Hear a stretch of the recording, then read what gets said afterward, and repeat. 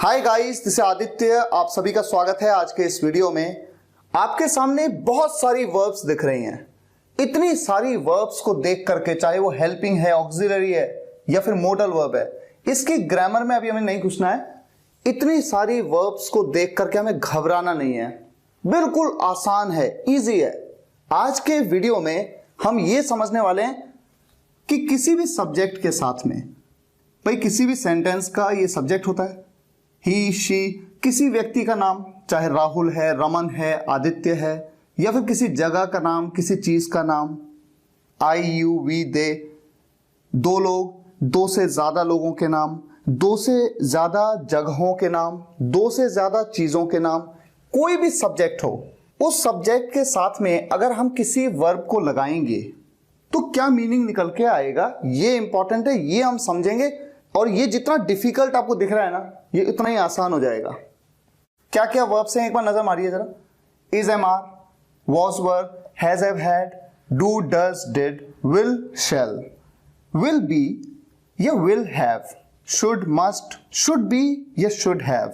अब किसी के साथ में शुड बी आया तो क्या मीनिंग बन रहा है, शुड हैव आया तो क्या मीनिंग बन रहा है, must be, must have, is, am, are के साथ टू, हैज, हैव के साथ टू, वॉज, वर के साथ टू लगा तो क्या मीनिंग बन रहा है, had to, will have to, can, could, can be, can have, could be, could have, used to, would be, would have, may, might, may be, may have, might be, might have, should have had, must have had, could have had, may have had, might have had या फिर would have had.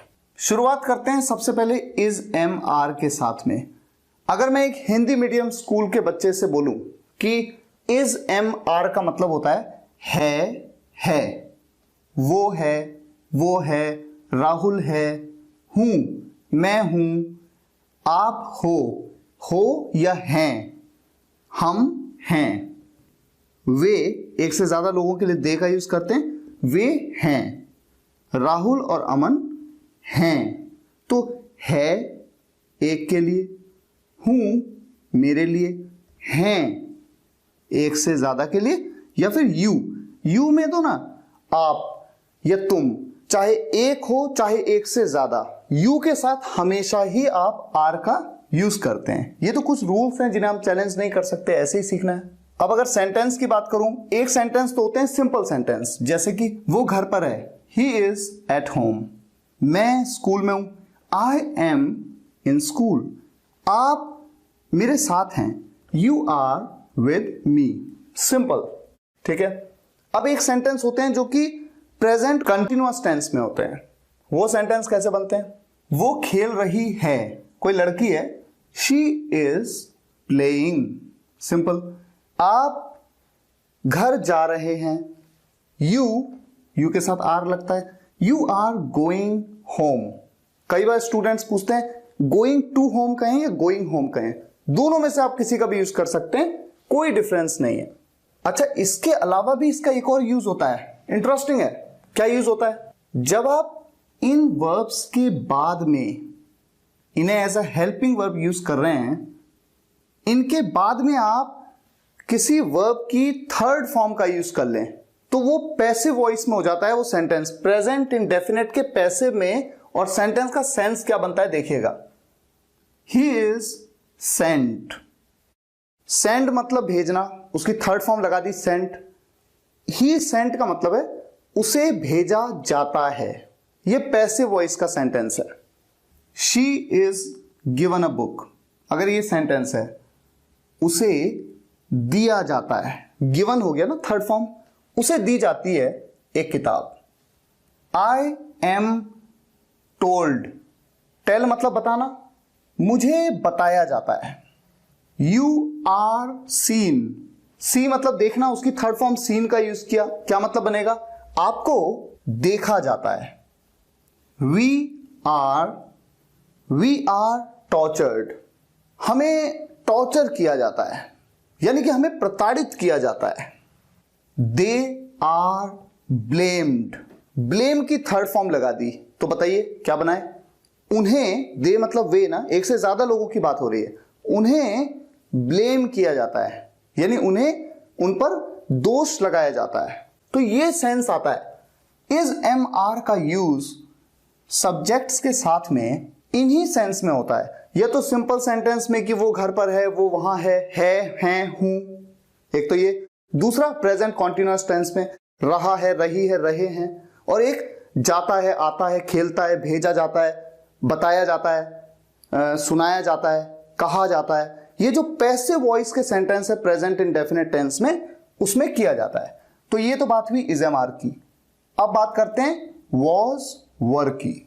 अच्छा, उससे पहले मैं आपको बता दूं कि इसे अभी आप नोट मत करिए, सिर्फ वीडियो को देखते जाइए, सुनते जाइए। नोट्स मैं आपके लिए तैयार कर रहा हूं, सारे आपको बताने वाला हूं कि कहां पर रखे हैं वो नोट्स आपके लिए, ठीक है। उन्हें देख करके आप एक एक के एग्जाम्पल्स, मीनिंग सब देखेंगे। फिलहाल वॉज वर का मतलब सिंपल है, था, थे, थी। ऐसे सेंटेंसेस में यूज किया जाता है जिनके एंड में क्या होता है, था, थे, थी, बीते कल में, पास्ट में। अब कैसे, जैसे वो घर पर था, ही वॉज एट होम। वो स्कूल में थी, she was in school. Rahul उस दिन मेरे साथ था, Rahul was with me that day. मैं वहां था, आई वॉज देयर। आप वहां नहीं थे, यू के साथ वर लगता है, यू वर नॉट देयर। हम उन दिनों गोवा में थे, we were in Goa those days. तो कुल मिलाकर हमने वॉज वर का यूज किसी भी सब्जेक्ट की अवस्था की जानकारी देने के लिए किया, यानी उसकी स्टेट बताने के लिए कि वो कहां पर था, थे या थी। अब हम जानते हैं कि वॉज वर का यूज पास्ट कॉन्टिन्यूअस टेंस में भी होता है। रहा था, रही थी, रहे थे। देखिए एक बार देख लेते हैं।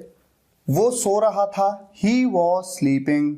वो रो रही थी, शी वॉज वीपिंग। मैं हंस रहा था, आई वॉज लाफिंग। आप घर जा रहे थे, यू वर गोइंग होम। हम आपके साथ खेल रहे थे, we were playing with you. और जैसे हमने इसका यूज किया था प्रेजेंट इंडेफिनिट के पैसिव वॉइस में, वॉज वर का यूज किया जाता है पास्ट इंडेफिनिट टेंस के पैसिव वॉइस में। कैसे, उसे भेजा गया, उसे बताया गया, हमें सुलाया गया, हमें बिठाया गया, हमें बताया गया, उसे बताया गया। बताने को टेल कहते हैं। ही वॉज टोल्ड, टेल की थर्ड फॉर्म, पैसिव वॉइस में थर्ड फॉर्म का यूज करते हैं। जिसकी समझ में आ रहा है ठीक है, नहीं समझ में आ रहा है कोई बात नहीं, जितना आ रहा है उतना समझते चलो। उसे दिया गया, या मान लीजिए मैं कहूं कि उसे मोबाइल दिया गया। शी वॉज, देने को गिव की third form given. She was given a mobile, उसे एक मोबाइल दिया गया। हमें डांटा गया, वी वर, डांटने को स्कॉल्ड, उसकी third form we were scolded. मान लीजिए मैं कहूं हमें हमारे टीचर्स के द्वारा डांटा गया, we were scolded by our teachers. अब बात करते हैं हैज, हैव और हैड की। इन दोनों की अगर मैं बात करूं, इनका एक मीनिंग है पास है। कैसा सेंटेंस, उसके पास पेन है, ही हैज अ पेन। उसके पास किताबें हैं, शी हैज बुक्स। मेरे पास कुछ है, आई हैव समथिंग। आपके पास पैसे हैं, यू हैव मनी। हमारे पास बहुत सारी किताबें हैं, we have lots of books. अभी मैं आपको छोटे छोटे सेंटेंस बता रहा हूं क्योंकि आपको सिर्फ समझना है कि सेंस क्या है। तो एक सेंस था पास है का सेंस, और दूसरा सेंस है जहां पर हैज या हैव के बाद किसी वर्ब की थर्ड फॉर्म का यूज किया जाता है। होता है ना ऐसा, वर्ब की थर्ड फॉर्म का यूज ऐसा होता है प्रेजेंट परफेक्ट टेंस में। और सेंस होता है किसी काम को कर चुका है, चुकी है, चुके हैं, लिया है, दिया है, उसने मुझे किताब दी है, वो मुझसे किताब ले चुकी है, उसने मुझे पैसे दे दिए हैं। यानी किसी काम को ना कर चुके हैं। जैसे कि वो स्कूल जा चुका है, he has gone to school. वो वहां रह चुकी है, शी हैज लिव्ड देयर। मैं उस लड़के के साथ खेल चुका हूं, I have played with that boy. आप मेरी मम्मी से मिल चुके हैं, यू हैव मेट, मीट की third form met, you have met my mom. Simple. अच्छा, इसका ना एक और सेंस होता है। क्या सेंस होता है, जैसे कि ना मुझ में है, आप में है। जैसे यहां देखिए, उसमें कुछ करने की क्षमता है, पोटेंशियल है उसमें। वो एक लड़का है, ही हैज, उसमें है यानी उसके अंदर है। किसी के अंदर होना कुछ, ये सेंस भी होता है हैज हैव का। He has potential to do something, मुझ में क्या है, मुझ में रिस्क लेने की हिम्मत है, साहस है। आई हैव क्या है, साहस है, courage, I have courage to take risk. आपके अंदर यानी आप में ना एक बहादुरों वाला दिल है, brave heart, you have a brave heart. तो किसी व्यक्ति के अंदर कुछ होना यानी उसमें कुछ होना, इसके लिए भी हैज हैव का यूज करते हैं। और एक और सेंस में करते हैं, जैसे उसके 2 भाई हैं, उसकी 3 बहनें हैं, मेरे 4 चाचा हैं। देखिए उसके 2 भाई हैं, ही हैज 2 ब्रदर्स, उसकी 3 बहनें, शी हैज 3 सिस्टर्स। मेरे 2 चाचा हैं, आई हैव 2 अंकल्स। आपके 2 दोस्त हैं, यू हैव 2 फ्रेंड्स। तो कोई रिश्तेदार है, जैसे मेरे 2 भाई हैं, बहन है, या फिर दोस्त हैं, अंकल हैं, चाचा हैं, ताऊ हैं, दादा हैं। इन सेंस में भी हैज हैव का यूज होता है। तो देखिए ना, हैज हैव का यूज कितनी जगह पे हुआ। एक तो पास है, किसी के पास कुछ है, वहां पर भी, किसी की बहनें हैं, भाई हैं, दोस्त हैं, उसमें भी, किसी के अंदर कुछ है, उसमें भी, के अंदर है यानी में है। और प्रेजेंट परफेक्ट टेंस में तो हो ही रहा है, किसी काम को कर चुका है कोई व्यक्ति, चुका है, चुकी है, चुके हैं, लिया है, दिया है। और ठीक इसी तरह से हैड का यूज होता है। तो इसका यूज हो रहा है पास है के लिए, तो इसका यूज हो रहा है पास था, मेरे पास पेन था, आई हैड अ पेन, पास था। दूसरा, भाई बहन दोस्त आदि थे, उसके 2 भाई थे, ही हैड 2 ब्रदर्स। हमारी 4 बहनें थी, वी हैड 4 सिस्टर्स। या फिर उसमें कुछ था, जैसे कि उनके अंदर यानी उनमें जीतने की प्रबल इच्छा थी। प्रबल इच्छा यानी strong desire, they had a strong desire to win, simple. या फिर चुका था, चुकी थी, चुके थे, पास्ट परफेक्ट टेंस में। कैसे, जैसे वो खेलने जा चुका था, he had gone to play, past perfect में। तो देखिए कितना इंटरेस्टिंग है। और मैं आपको सच कह रहा हूं, अगर आपने इन सभी वर्ब्स को एक एक वर्ब को अगर आपको पता हो ना कि इसके कितने कितने यूज हैं, किस किस तरह के सेंटेंस में, तो 99% ग्रामर तो यहीं पे आपकी कंप्लीट हो जाती है। चलिए अब हम नेक्स्ट मूव करते हैं डू, डज और डिड पे। जिस तरह से इज, एम, आर प्रेजेंट में, वॉज, वर पास्ट में, हैज, हैव प्रेजेंट में, हैड पास्ट में, उसी तरह से डू, डज प्रेजेंट में और डिड पास्ट में। डज का use he, she, Rahul third person singular subject के साथ, डू का यूज बाकी सभी सब्जेक्ट्स के साथ, आई, यू, वी, दे, या किसी भी प्लूरल नामों के साथ में, प्लूरल सब्जेक्ट के साथ में। जबकि पास्ट में डिड का यूज सभी सब्जेक्ट्स के साथ में किया जाता है। अब आप देखेंगे, आप जानते होंगे कि प्रेजेंट इंडेफिनिट टेंस में डू और डज दोनों का यूज तभी किया जाता है जब सेंटेंस नेगेटिव हो। जैसे कि वो स्कूल नहीं जाता है, नहीं जाता है, negative. He does not go to school, वो मेरे साथ नहीं बैठती है, she does not sit with me, मैं उसके साथ नहीं खेलता हूं। मैं, आई के साथ तो डू लगता है, I do not play with him.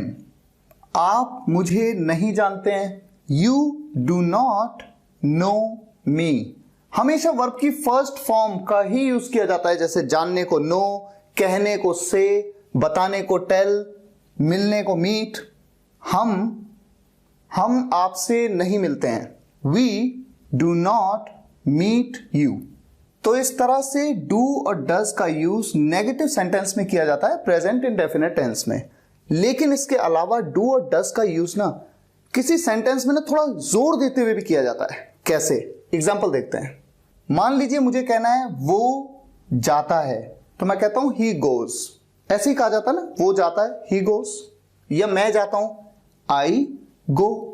लेकिन अगर थोड़ा जोर देना हो, जैसे वो जाता है, वो जाता है, ऐसे किसी को बता रहे हो आप। किसी ने आपसे कहा वो नहीं जाता है स्कूल, आपने कहा वो जाता है, ही ही डज गो, तो ही गोज कहने के बजाय जब आप कहते हैं ना ही डज गो, इसका मतलब वो जाता है, ये सेंस है। या फिर मैं जाता हूं, किसी ने कहा आप वहां कभी नहीं जाते हो, आपने कहा नहीं मैं जाता हूं, आई डू गो। हम राहुल से मिलते हैं, हम राहुल से मिलते हैं भाई, आपको लग रहा है कि हम मिलते नहीं हैं, हम राहुल से मिलते हैं, रोज मिलते हैं। We do meet Rahul every day. इस सेंस में आप डू और डज का यूज करते हैं। अब अगर हम बात करें डिड की, डिड का यूज पास्ट इंडेफिनिट टेंस के सेंटेंसेस में किया जाता है, नेगेटिव सेंटेंसेस में। कैसे होते हैं वो सेंटेंस? आया गया, उठा बैठा, रोया सोया, हंसा जागा, नाचा गाया। जैसे कि वो मेरे घर नहीं आया, नहीं आया, पास्ट इंडेफिनिट टेंस का negative sentence. He did not come to my home, वो मेरे साथ नहीं बैठी। She did not sit with me. हमेशा वर्ब की फर्स्ट फॉर्म, जैसे मैंने आपको कहा डू डज के साथ भी, डिड के साथ भी ऐसा ही होगा। राहुल आपसे नहीं मिला, Rahul did not meet you. मैंने आपको कॉल नहीं किया, I did not call you, I did not call you. तुम वहां नहीं गए, you did not go there. तो सब्जेक्ट कोई भी हो, आया गया, उठा बैठा, रोया सोया, हंसा जागा, नेगेटिव सेंटेंसेस में हमेशा डिड के साथ में नॉट का यूज, इस तरह से आप सेंटेंस बनाते हैं। और डिड का यूज डू डज की तरह जोर देने के लिए भी किया जा सकता है, जैसे कि मैं वहां गया, I did go there, I did go there. या फिर राहुल रश्मि से मिला। वैसे तो अगर यहां पर जोर ना देते तो पास्ट इंडेफिनिट टेंस का अफर्मेटिव सेंटेंस तो डिड के साथ बनता ही नहीं है, तब हम कैसे कहते? राहुल मेट रश्मि। लेकिन जब मैंने कहा कि राहुल रश्मि से मिला जोर देते हुए, तो वहां पर डिड का यूज भी कर दिया और फिर वर्ब की सेकंड फॉर्म की जगह फर्स्ट ही फॉर्म का यूज किया, राहुल डिड मीट रश्मि। इस तरह से सेंटेंस को बनाया जाता है। अब बात करते हैं विल की। विल तो बहुत ही सिंपल है, हम में से अधिकतर जानते हैं फ्यूचर के लिए गा गे गी, और कोई काम होता है वहां पर। जैसे मैं जाऊंगा, जाना एक काम है, वो खेलेगा, खेलना एक काम है। तो फर्स्ट फॉर्म, उस वर्ब की फर्स्ट फॉर्म का यूज करेंगे, जैसे कि वो खेलेगा, ही विल प्ले। मैं जाऊंगा, आई विल गो। हम आपसे मिलेंगे, वी विल मीट यू। वो हमारे घर आएंगे, वो एक से ज्यादा लोग हैं ना, they will come to our home. अच्छा, अब मैं अगर बात करूं शेल की, ये इंटरेस्टिंग है। पहले क्या होता था कि गा गे गी के लिए विल या शेल में से किसी एक का यूज करते थे फ्यूचर टेंस में, लेकिन अब शेल का यूज फ्यूचर टेंस में बिल्कुल नहीं किया जाता। शेल का यूज कैसे किया जाता है? एक मॉडल वर्ब की तरह। मीनिंग क्या बनता है इसका? मीनिंग इसका दो मीनिंग बनते हैं। एक तो वही मीनिंग बनता है जो शुड का बनता है, यानी कि चाहिए, चाहिए। जैसे मैं आपसे कहूं, क्या मुझे वहां जाना चाहिए? क्या मुझे वहां जाना चाहिए? Shall I go there? Shall I go there?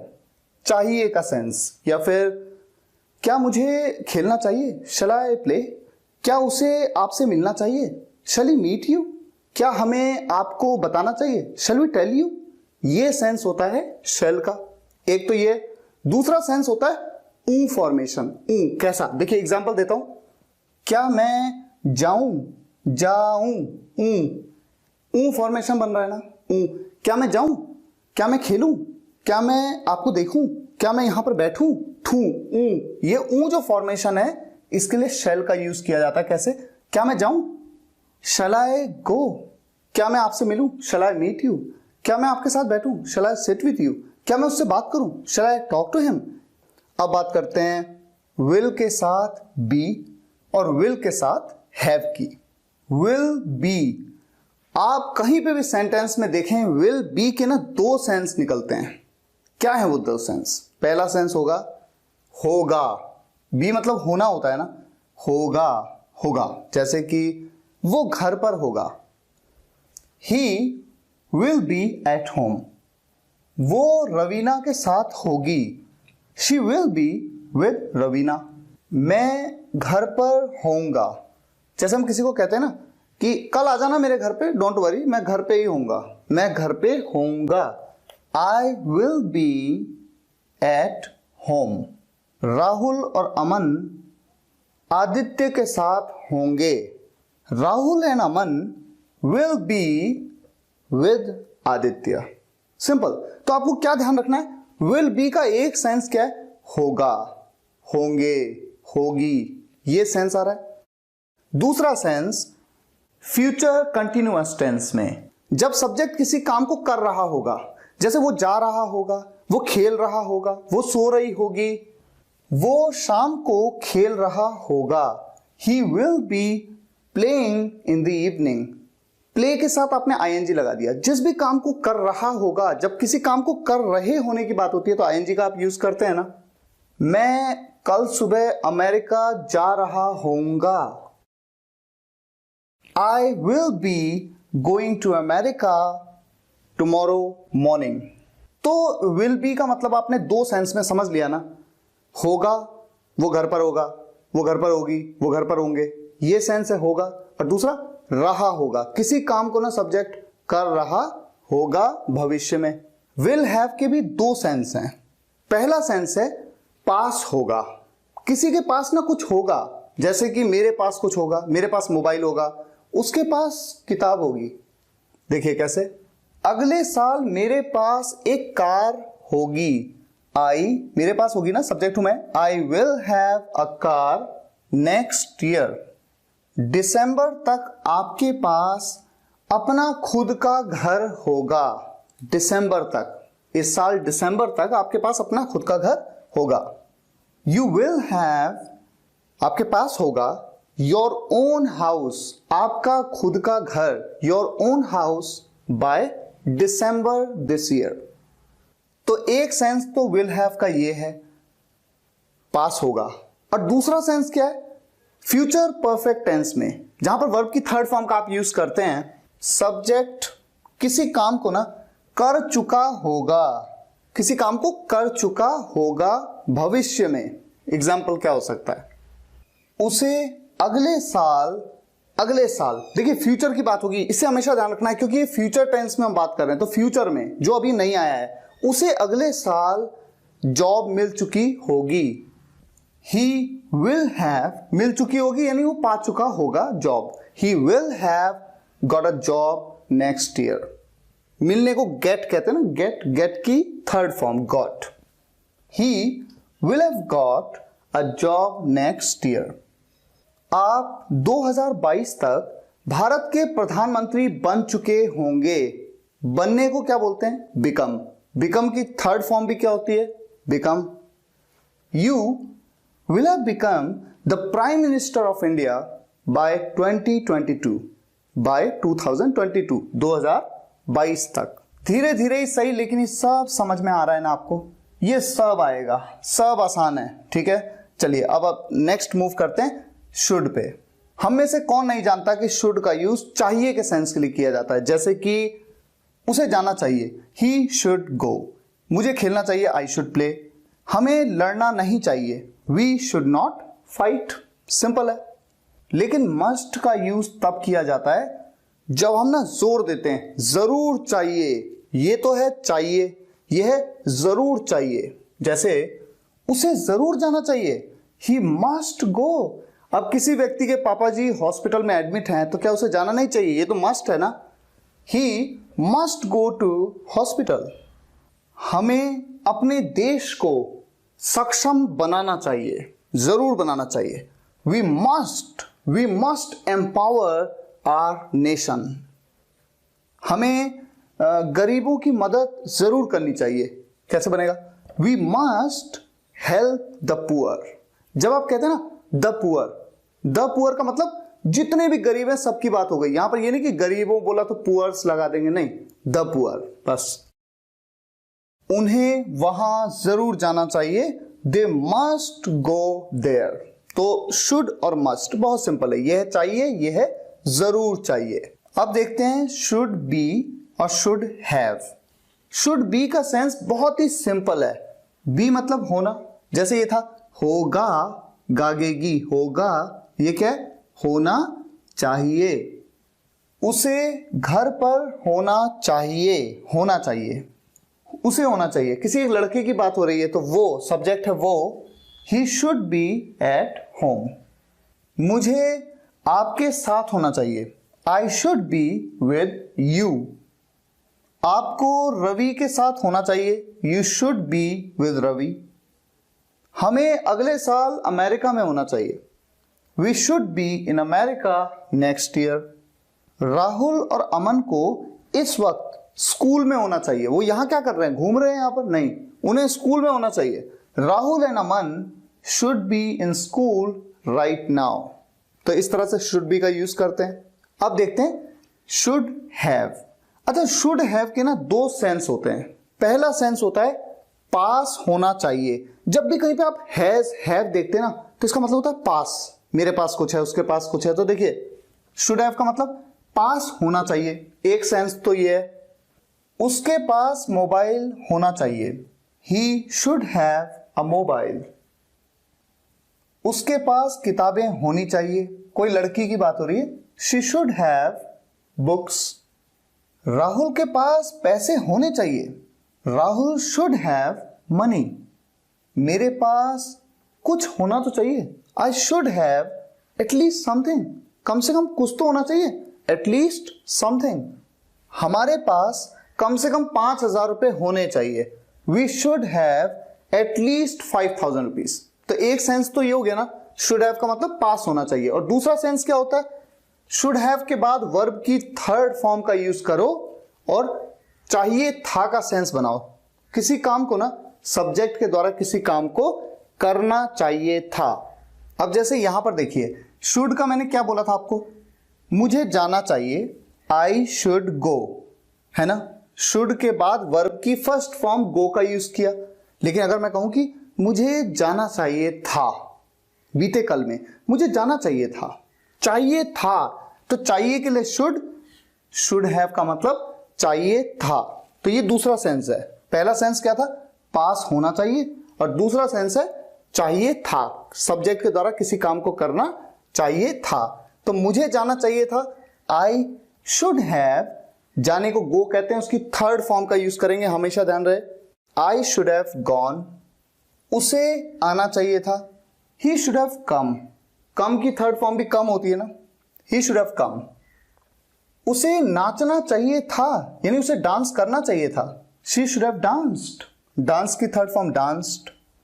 हमें अपने देश के लिए लड़ना चाहिए था, we should have fought for our nation. Rahul और अमन को मेरे घर आना चाहिए था, Rahul and Aman should have come my home. Guys, जब हम कहते हैं कि हमें इंग्लिश बोलनी नहीं आती, तो क्या हमें इंग्लिश लिखनी आती है? क्या हम सेंटेंस को, मैंने जितने तरीके के सेंटेंस बनाए, अगर इन सेंटेंसेस को मैं आपसे कहूं कि आप लिखो, तो क्या आप लिख सकते हैं? अगर आप लिख नहीं सकते तो आप बोलेंगे कैसे? बोलने के लिए पहले लिखना तो आना चाहिए ना। इसलिए ग्रामर इंपॉर्टेंट होती है। एक एक वर्ब को जानना आपके लिए इंपॉर्टेंट है। अब हम आगे बढ़ते हैं मस्ट बी और मस्ट हैव पर। लेकिन इसे बताने से पहले बहुत इंपॉर्टेंट है ये, अभी आपको बहुत इंटरेस्टिंग चीज इसके बारे में पता चलेंगी, लेकिन उससे पहले is am are plus to, इससे शुरुआत करते हैं। इज एम आर के साथ में जैसे ही टू लगाया, इसका मतलब हो गया किसी काम को करना है, किसी काम को करना है। और जिस काम को करना है ना, टू के बाद उसकी फर्स्ट फॉर्म, उस वर्ब की, उस क्रिया की फर्स्ट फॉर्म का आप यूज कर लेंगे। कैसे? जैसे मैं कहता हूं मुझे स्कूल जाना है, I am to go to school. Rahul को आज मेरे घर आना है, राहुल के साथ तो इज लगेगा ना, Rahul is to come to my home today. हमें आपसे मिलना है, हमें मिलना है, वी आर टू, वी के साथ आर लगता है ना, we are to meet you. तो इज एम आर के साथ जैसे आपने देखा टू आया तुरंत, तो उसके बाद हमेशा वर्ब की फर्स्ट फॉर्म आएगी और इसका सेंस होगा कि सब्जेक्ट को किसी काम को करना है। हालांकि एक बात मैं आपको बता देता हूं, यहां पर अब एडवांस इंग्लिश में, या फिर एडवांस इंग्लिश ही नहीं बल्कि आप दोनों तरीके से यूज कर सकते हैं। या तो आप कह सकते हैं कि जैसे मुझे आपसे मिलना है, I am to meet you, या फिर इज एम आर के तुरंत बाद आप सपोज्ड का यूज कर लें। कैसे? मुझे आपसे मिलना है, I am suppose to meet you, आपको मेरे घर आना है। You are suppose to come to my home. तो आप समझ गए कि इज एम आर के साथ टू का यूज कर लो, या फिर इज एम आर के बाद ना सपोज्ड का यूज कर लो, उसके बाद टू लगा लो, सेंस बिल्कुल सेम आता है। अब थोड़ा सा नेगेटिव और इंटेरोगेटिव सेंटेंस देखते हैं। जैसे मैं आपसे कहूं कि मुझे स्कूल नहीं जाना है, I am not to go to school. तो एक तरीका तो ये हो गया, I am not to go to school, एक तरीका ये। और दूसरा सपोज्ड के साथ, I am not suppose to go to school. क्या मुझे स्कूल जाना है? अब इंटरोगेटिव सेंटेंस, क्या मुझे स्कूल जाना है, क्या के लिए आप क्या करेंगे? एम को उठा के शुरुआत में ले आएंगे, am I to go to school, या तो एक तरीका ये होगा। और अगर सपोज्ड के साथ यूज करेंगे तो क्या, am I suppose to go to school, am I suppose to go to school. तो आप दोनों तरीके से सेंटेंसेस को बनाने की प्रैक्टिस कर सकते हैं। और इससे रिलेटेड एग्जांपल्स या इस कॉन्सेप्ट को सब मैंने आपको बताया है spokenenglish.guru वेबसाइट पे। आपको मैंने पिछले वीडियो लेक्चर में बताया था इस बात को, पिछले पार्ट में, कि आप जाइएगा www.spokenenglish.guru वेबसाइट पे, वहां पर मेन्यू में ब्लॉग पे जाइएगा। ब्लॉग में आपको ग्रामर एंड स्पोकन टॉपिक्स ये टैब मिलेगा, इस पे क्लिक करिएगा और उसके बाद आर्टिकल है all verbs in English grammar. सभी वर्ब्स जो मैं कवर कर चुका हूं और मैं आगे कवर कर रहा हूं, सब आपको वहां पर मिलेंगी विद एग्जांपल्स। तो चलिए अब आगे बढ़ते हैं। देखिए, आपने ये समझ लिया कि is am are plus to का मतलब है करना है किसी काम को, ठीक है। और is am are plus suppose to, आप सपोज भी लगा दें इसके बाद तो भी सेंस बिल्कुल सेम है। दोनों तरीके से सेंटेंस को बनाया जा सकता है। अब बात आती है हैज हैव के साथ टू की। आप तो जानते हैं हैज का यूज किया जाता है थर्ड पर्सन सिंगुलर सब्जेक्ट के साथ में, और हैव का यूज किया जाता है बाकी सभी सब्जेक्ट्स के साथ में। जैसा कि आप जानते भी हैं, ये बात पिछले वीडियो लेक्चर में बताई है मैंने आपको, हैज हैव का यूज ऐसे ही तो किया जाता है। लेकिन यहां पर आप देख रहे हैं कि हैज हैव के तुरंत बाद टू का यूज होगा और उसके बाद वर्ब की फर्स्ट फॉर्म का यूज होगा जिस भी काम को सब्जेक्ट को करना है। टू के बाद ना हमेशा वर्ब की फर्स्ट फॉर्म, ये आप ध्यान रखिए, पहला पॉइंट। दूसरी चीज, इसका मीनिंग क्या निकलता है? इसके दो मीनिंग निकलते हैं, ध्यान से समझिएगा इसको। इसके दो मीनिंग निकलते हैं। पहला मीनिंग तो वही होता है जो इज एम आर का होता है, सब्जेक्ट को किसी काम को करना है, लेकिन उस काम को करना ना थोड़ा इंपॉर्टेंट है। जैसे कि कल मेरा एग्जाम है, मुझे स्कूल जाना है। अब अगर मैं यहां पर कहूं मुझे स्कूल जाना है, तो बोलने में तो मैं ऐसे भी बोल सकता हूं I am to go to school या I am suppose to go to school, लेकिन ये जाना जरूरी है क्योंकि एग्जाम है। तो ऐसे में ये बोलना ज्यादा बेहतर है, I have to go to school. तो पहला सेंस तो क्लियर है कि सब्जेक्ट को किसी काम को करना है, थोड़ा जरूरी है, उसके लिए हैज हैव के बाद टू का यूज करेंगे। और दूसरा सेंस होता है किसी काम को ना करना पड़ता है, करना पड़ता है, मुझे वहां जाना पड़ता है, उसे मेरे घर आना पड़ता है। एग्जाम्पल देखिए, मुझे उसे रोज कॉल करना पड़ता है, मुझे करना पड़ता है ना, सब्जेक्ट हूं मैं, I have to call him every day, मुझे उसे रोज कॉल करना पड़ता है, I have to call him every day. उसे रोज स्कूल जाना पड़ता है। मान लीजिए कोई लड़की है, she has to go to school every day. तो किसी भी सब्जेक्ट को जब कोई काम करना पड़ता है, उसके लिए आप हैज या हैव के साथ में टू का यूज करते हैं, इस फॉर्मेशन का यूज करते हैं। तो दो सेंस क्लियर है, एक तो किसी काम को करना है, बिल्कुल वैसे ही सेंटेंस जैसे यहां पर यूज किए, बस फर्क इतना है कि जब आप उन सेंटेंसेस को बोलोगे ना, तो थोड़ा सा आपके मन में ना एक इंपॉर्टेंस देने वाली बात होगी कि हाँ ये काम करना ना थोड़ा जरूरी है। और दूसरा सेंस, किसी काम को करना पड़ता है।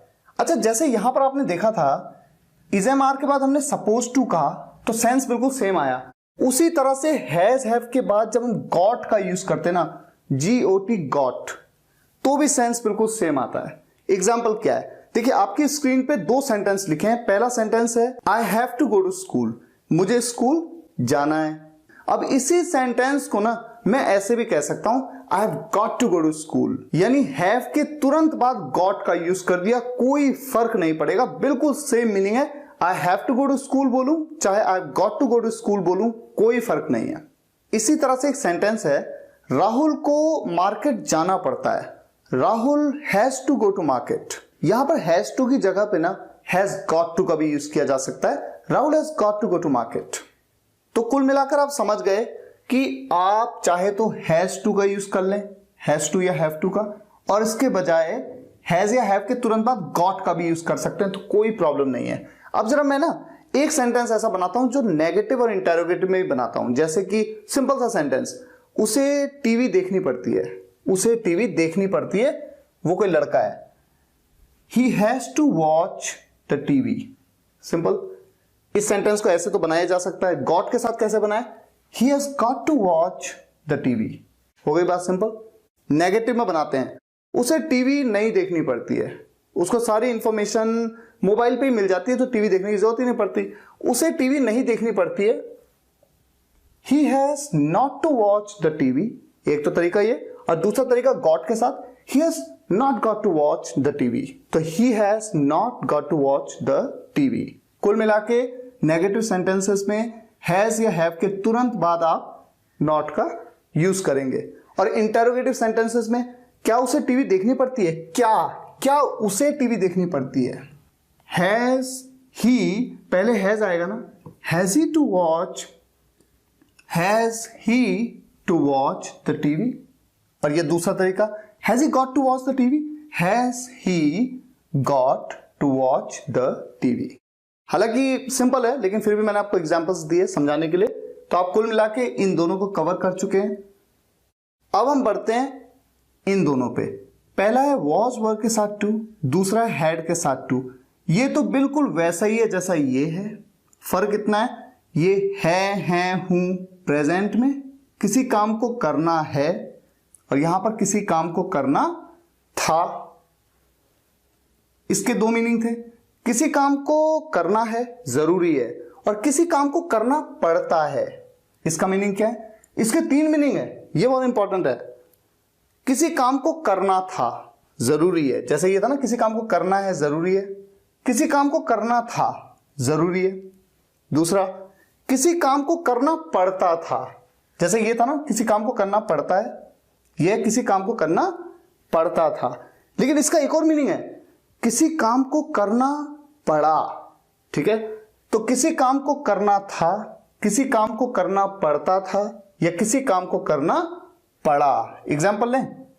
पहला एग्जाम्पल, उसे आपको बताना था, he was to tell you. बताने को टेल कहते हैं, या फिर सपोज टू के साथ में बना सकते हैं आप इस सेंटेंस को, he was suppose to tell you. मुझे आज शाम को फुटबॉल खेलना था, I was to play football today in the evening, या फिर I was suppose to play football in the evening. आपको मीटिंग के लिए जाना था, you were to go for a meet या मीटिंग, मीट या मीटिंग, दोनों में से किसी का भी यूज कर सकते हैं, दोनों तरीके से बोला जाता है। और सपोज टू के साथ कैसे कहेंगे, you were suppose to go for a meet या फॉर अ मीटिंग। ठीक है, तो ये सिंपल इसकी तरह ही है, सपोज टू का भी यूज कर सकते हैं और सपोज का यूज नहीं भी कर सकते। हैड टू की बात करें, मैंने बताया तीन सेंस के, करना पड़ता था, करना था, या फिर करना पड़ा। तो करना था थोड़ा जरूरी है, तो वो तो बिल्कुल वैसे ही है जैसे यहां पर था कि मुझे जाना था, थोड़ा अर्जेंट है, थोड़ा इंपॉर्टेंट है, आई हैड टू गो। आपको आना था, यू हैड टू कम। उसे खेलना था, ही हैड टू प्ले। हमें सोचना था, वी हैड टू थिंक। हमें सोचना पड़ता था, इसके लिए भी आप कैसे बनाएंगे, वी हैड टू थिंक। और हमें सोचना पड़ा, इसके लिए भी आप ऐसे ही कहेंगे, वी हैड टू थिंक। तो इंग्लिश कितनी इंटरेस्टिंग लैंग्वेज है कि एक ही सेंटेंस है, वी हैड टू थिंक, और इस सेंटेंस को तीन अलग अलग सेंस के लिए बोलना पड़ सकता है। पहला सेंस है हमें सोचना था, दूसरा सेंस है हमें सोचना पड़ता था, और तीसरा सेंस है हमें सोचना पड़ा। आप देख सकते हैं कितना इंपॉर्टेंट है। जैसा हमने देखा, किसी काम को करना है, किसी काम को करना है जरूरी है, या फिर किसी काम को करना पड़ता है। किसी काम को करना था, किसी काम को करना था, जरूरी था उसको करना, या फिर किसी काम को करना पड़ता था, या किसी काम को करना पड़ा। अब ये है किसी काम को करना पड़ेगा या किसी काम को करना होगा, विल हैव टू। जैसे कि एग्जाम्पल, मुझे आपसे मिलना पड़ेगा। I will have to meet you. हमें आपके घर आना पड़ेगा। Will have to come to your home. उन्हें आपसे बात करनी पड़ेगी। बात करने को talk. They'll have to talk to you. उसे मेरे साथ बैठना पड़ेगा। कोई लड़का है, he'll have to sit with me. Simple है। और नेगेटिव होता तो will के बाद not का यूज यहां पर कर दो। will have के बीच में not का यूज।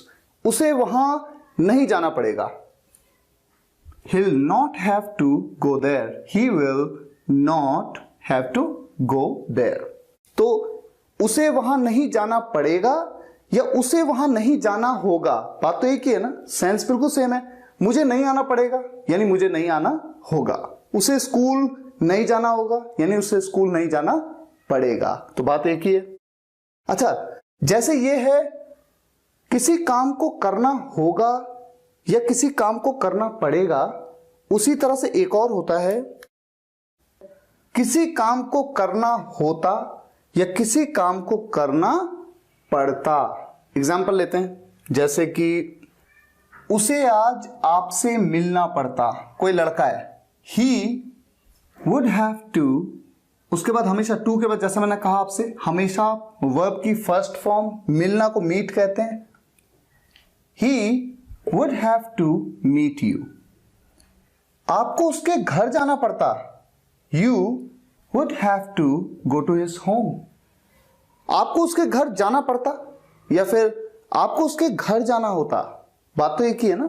तो जैसे आपको किसी काम को करना होगा या करना पड़ेगा, उसी तरह से करना होता या करना पड़ता, दोनों का सेंस बिल्कुल सेम है। दोनों के लिए क्या यूज करते हैं आप? Would have to. उन्हें कल दिल्ली जाना पड़ता। उन्हें, वो एक से ज्यादा है। They would have to go to Delhi yesterday. अच्छा, वो हमारा प्लेसमेंट हो गया, वरना हमें अपने करियर के बारे में सोचना पड़ता। अच्छा, वो हमारा प्लेसमेंट हो गया, luckily we got the placement. अच्छा, वो हमारा प्लेसमेंट हो गया यानी कि किस्मत से हमारा प्लेसमेंट हो गया। अदरवाइज, वरना हमें अपने करियर के बारे में सोचना पड़ता। We would have to think about our career. तो इस तरह से आप वुड हैव टू का यूज करते हैं, ठीक है। अब हम बात करते हैं मस्ट बी और मस्ट हैव की। ये बहुत ही खास है, बहुत ही इंपॉर्टेंट है, ठीक है। ध्यान से सुनिएगा, मैं एक एक बात आपको बताऊंगा। सबसे पहले मस्ट बी की बात करते हैं। अच्छा, आप तो जानते हैं ना, मस्ट का मतलब जरूर चाहिए। जैसे मैंने आपको यहां पर बताया था, शुड मतलब चाहिए, मस्ट मतलब जरूर चाहिए। और फिर मैंने आपको क्या बोला था? शुड बी का मतलब होता है होना चाहिए। होना चाहिए, बी मतलब होना, होना चाहिए। उसी तरह से मस्ट बी का एक सेंस है जरूर होना चाहिए। पहला सेंस, तीन सेंसेस के पहला सेंस है जरूर होना चाहिए। जैसे कि उसे घर पर जरूर होना चाहिए, ही मस्ट बी एट होम। उसे स्कूल में जरूर होना चाहिए। कोई लड़की है, she must be in school right now. उसे इस वक्त स्कूल में जरूर होना चाहिए। मुझे आपके साथ जरूर होना चाहिए, I must be with you. हमें वहां जरूर होना चाहिए, वी मस्ट बी देयर। ये तो हो गया जरूर होना चाहिए, पहला सेंस। अब दूसरा सेंस क्या है वो ध्यान से समझिएगा। आप जानते हैं कि विल बी में मैंने आपको बताया था, विल बी का मतलब क्या हुआ? होगा। गागेगी के लिए विल का यूज करते हैं। होना चाहिए, होगा। जैसे ये है होगा, ये है जरूर होगा। तो देखिए, पहला सेंस क्या था? जरूर होना चाहिए। दूसरा सेंस जरूर होगा। एग्जाम्पल देखिए क्या हो सकता है। राहुल घर पर होगा। राहुल घर पर होगा, ये तो सिंपल है, Rahul will be at home. लेकिन जब मैं कहता हूं राहुल घर पर जरूर होगा, जरूर होगा के केस में Rahul must be at home, वो हॉस्पिटल में जरूर होगी, she must be in hospital. मैं वहां जरूर होऊंगा, आई मस्ट बी देयर। हम उस दिन आपके घर पर जरूर होंगे, जरूर होंगे ना। We must be at your home that day. तो मस्ट बी के दो सेंस तो आपको बिल्कुल क्लियर हो गए। पहला सेंस क्या था? जरूर होना चाहिए, इससे बना था। और दूसरा जरूर होगा। अब इसका तीसरा सेंस बहुत ही इंपॉर्टेंट सेंस है। वो किससे बनता है? जैसे पहला सेंस बना शुड बी से, दूसरा सेंस बना विल बी से, तीसरा सेंस बनता है वुड बी से। क्या सेंस होता है? जरूर करता होगा। जो आपका सब्जेक्ट है ना सेंटेंस का, वो किसी काम को जरूर करता होगा। एग्जाम्पल लेते हैं, जैसे कि आप आजकल ऑफिस जरूर जाते होंगे। अच्छा, अगर जरूर ना बोले, पक्का जरूर ना बोले ना, तो वुड बी के साथ सेंटेंस को बनाएंगे कैसे? आप आजकल ऑफिस जाते होंगे। You would be going to office these days. यहां पर जो काम करते होंगे ना, उसके साथ आईएनजी लगाना जरूरी है। वुड बी गोइंग, जैसे गोइंग, गो के साथ आईएनजी लगाया ना। उसी तरह से मस्ट के केस में भी देखिए, आप इन दिनों ऑफिस जरूर जाते होंगे। You must be going to office these days. मुझे यकीन है आप अमन से जरूर मिलते होंगे। आई एम श्योर, मुझे यकीन है, I am sure you must be meeting Aman. और एक बात का ध्यान रखना है, जो भी काम सब्जेक्ट करता होगा ना, उसके साथ आईएनजी जरूर लगाना है। मीटिंग, मीट के साथ आईएनजी लगाया ना। I am sure you must be meeting Aman. वो आपको रोज कॉल करता होगा, लड़का है कोई, he must be calling you every day. इस तरह से बनाया जाएगा ये सेंटेंस। देखिए कितना इंपॉर्टेंट है मस्ट बी, 3 अलग अलग सेंस। अब बात करते हैं मस्ट हैव की। जैसे मैंने आपको बताया था शुड हैव, इसके 2 सेंस होते हैं। क्या होते हैं वो 2 सेंस? एक होता है पास होना चाहिए, सब्जेक्ट के पास कुछ होना चाहिए। जैसे कि मेरे पास मोबाइल होना चाहिए, I should have a mobile. उसके पास किताब होनी चाहिए, ही शुड हैव अ बुक। यह पास होना चाहिए, तो ये क्या हो जाएगा? जरूर होना चाहिए। उसके पास ना जरूर होना चाहिए। जैसे आपके पास मोबाइल जरूर होना चाहिए, you must have a mobile. आपके पास मोबाइल जरूर होना चाहिए, you must have a mobile. उसके पास कार जरूर होनी चाहिए, लड़का है कोई, he must have a car. एक तो ये हो गया जरूर होना चाहिए, और दूसरा सेंस जरूर होगा। जैसे यहां पर है विल हैव का मतलब क्या है? पास होगा। उसी तरह से सब्जेक्ट के पास जरूर होगा। जैसे कि राहुल के पास कैलकुलेटर जरूर होगा। सब्जेक्ट है Rahul, Rahul must have a calculator. उन लड़कियों के पास किताबें जरूर होंगी। दोज गर्ल्स, यानी सब्जेक्ट हैं वो लड़कियां, those girls must have books. ठीक है, तो 2 सेंस तो क्लियर हो गए ना।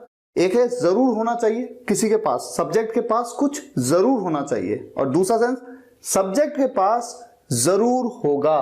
और तीसरा सेंस क्या है? अगर आपको याद हो, शुड हैव के 2 सेंस में से दूसरा सेंस क्या था? चाहिए था। आपको याद है? शुड मतलब चाहिए, शुड हैव मतलब चाहिए था। उसी तरह से मस्ट हैव का जो तीसरा सेंस है, 2 सेंस तो बता चुका मैं आपको, तीसरा सेंस है जरूर चाहिए था। ठीक है, जरूर चाहिए था, किसी काम को ना जरूर करना चाहिए था। एग्जाम्पल क्या हो सकते हैं? जैसे आपको अपने पापा से जरूर मिलना चाहिए था, यू मस्ट हैव, और उसके बाद जिस भी काम को करना चाहिए था बोला, उसकी थर्ड फॉर्म का आप यूज करेंगे, you must have met your father. हमें आपके घर जरूर आना चाहिए था, वी हमें आना चाहिए था, we must have come your home. Must have come, come की थर्ड फॉर्म भी कम होती है ना, कम, केम, कम, तो we must have come your home. आज आप समझ पाए मस्ट बी का यूज 3 अलग अलग सेंस में किया जाता है, और मस्ट हैव का यूज भी 3 अलग अलग सेंस में किया जाता है। अब बात करते हैं कैन की। कैन का यूज 2 सेंस में किया जाता है। पहला सेंस होता है सकता है, सकता है, एबिलिटी की बात होती है, समर्थता की बात होती है। आप सक्षम हैं उस काम को करने के या नहीं है। मैं आपसे कहूं कि 1 ईंट अपने हाथ पे उठा लो, आप उठा लोगे? आप कहोगे हाँ मैं उठा सकता हूं। लेकिन अगर मैं आपसे कहूं कि 1000 ईंट उठा लो, तो आप कह सकते हैं कि मैं नहीं उठा सकता, मैं नहीं उठा सकता, यानी मैं एबल नहीं हूं, मैं समर्थ नहीं हूं इतनी सारी ईंटों को उठाने के। तो कैन का यूज हमेशा एबिलिटी के लिए होता है, समर्थता के लिए सकता है। एग्जाम्पल क्या हो सकता है? वो पर्वत पर चढ़ सकता है, ही कैन, चढ़ने को क्लाइंब कहते हैं, क्लाइंब द माउंटेन। मैं एग्जाम आसानी से पास कर सकता हूं, यानी मुझ में वो काबिलियत है।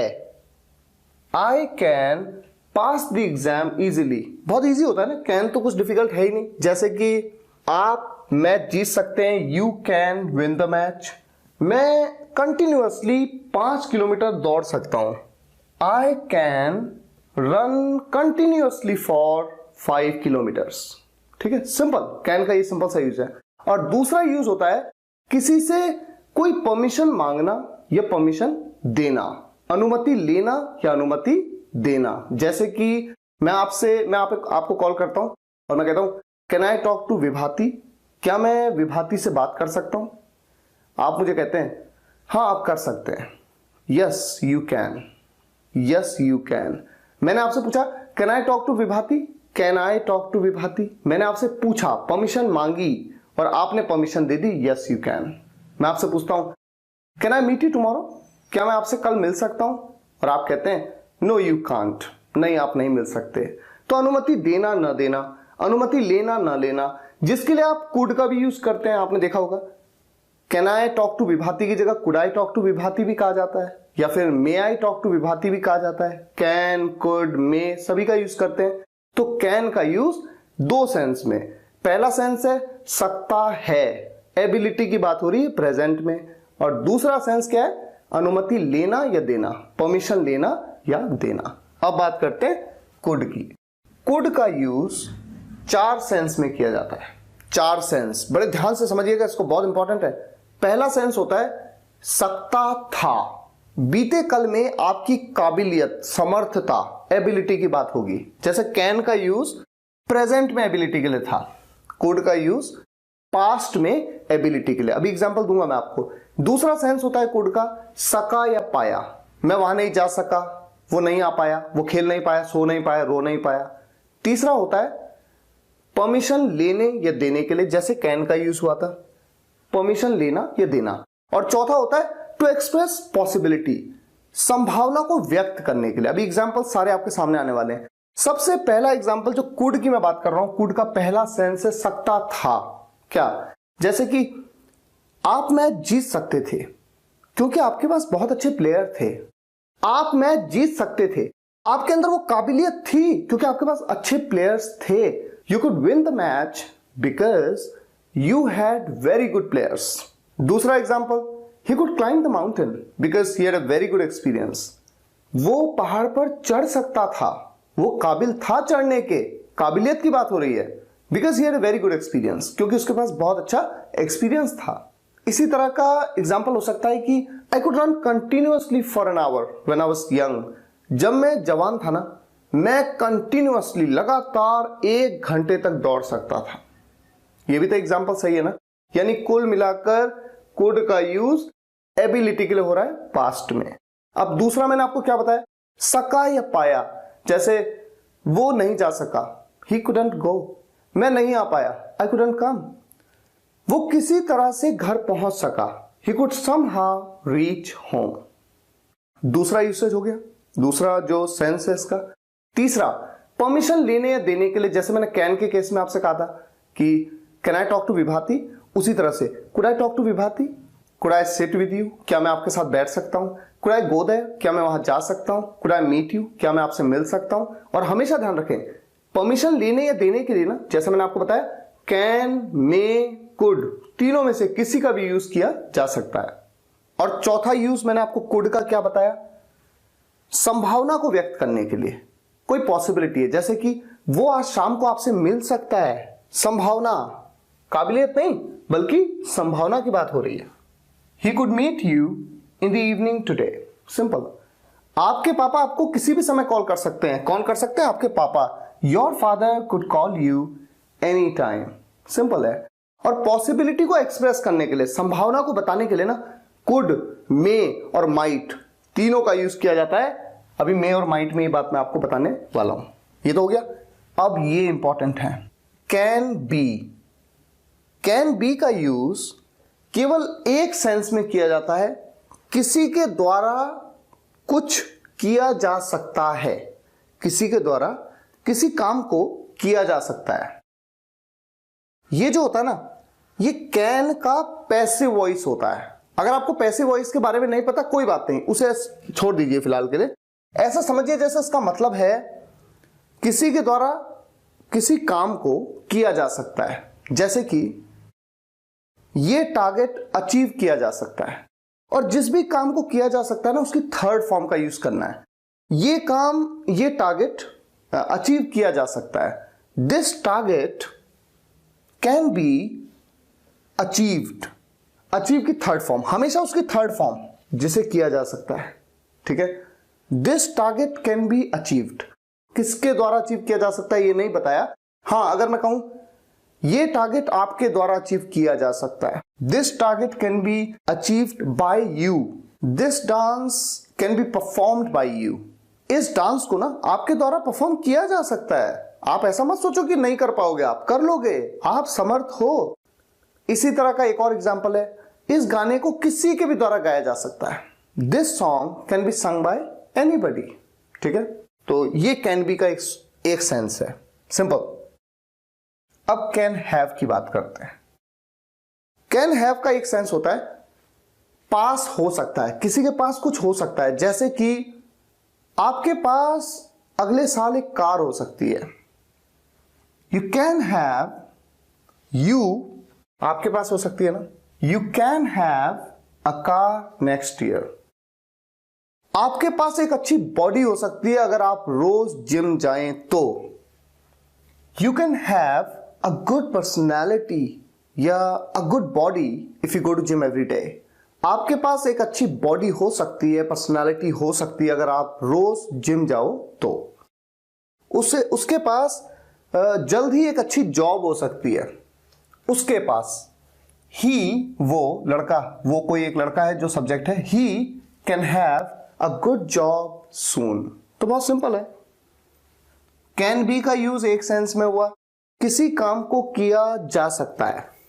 कैन हैव का यूज, किसी के पास कुछ हो सकता है। अब हम बात करते हैं कुड बी की। कुड बी का यूज तीन अलग अलग सेंस में किया जाता है। अगर मैं पहले सेंस किया जा सका की बात करूं, इस इशू को किसी तरह से रिजॉल्व किया जा सका, this issue could be resolve somehow. या फिर उसे अमेरिका नहीं भेजा जा सका, उसे, he could not be, negative है, could not be sent to America, he could not be sent to America. उन बच्चों को बचाया नहीं जा सका। सब्जेक्ट कौन है? वो बच्चे, एक से ज्यादा है, दूर है, वो बच्चे, तो क्या कहेंगे? Those children. Those children could not B, बचाने को सेव की third form, could not B save. दूसरा है किया जा सकता था। अब इसके कुछ एग्जांपल्स, जैसे कि this question could be solved, ये क्वेश्चन सॉल्व किया जा सकता था। या फिर एक एग्जांपल हो सकता है we could be given the books, हमें किताबें दी जा सकती थी। इस तरह के तो कई एग्जांपल्स हो सकते हैं। हमें सताया जा सकता था, वी कुड बी टॉर्चर्ड। उन्हें पूछा जा सकता था, दे कुड बी आस्क्ड। कई सारे। अच्छा, अब हम बात करें इसके तीसरे सेंस की, हो सकता था। हो सकता था क्या सेंस निकलेगा? जैसे कि he could be anywhere at all, वो कहीं भी हो सकता था। ही कुड बी हो सकता था एनीवेयर एट ऑल, ठीक है। ये मोबाइल टूटा हुआ हो सकता था, this mobile could be broken. Rahul छुपा हुआ हो सकता था, Rahul could be hidden. Simple. तो तीन सेंस आपने देखे कुड बी के।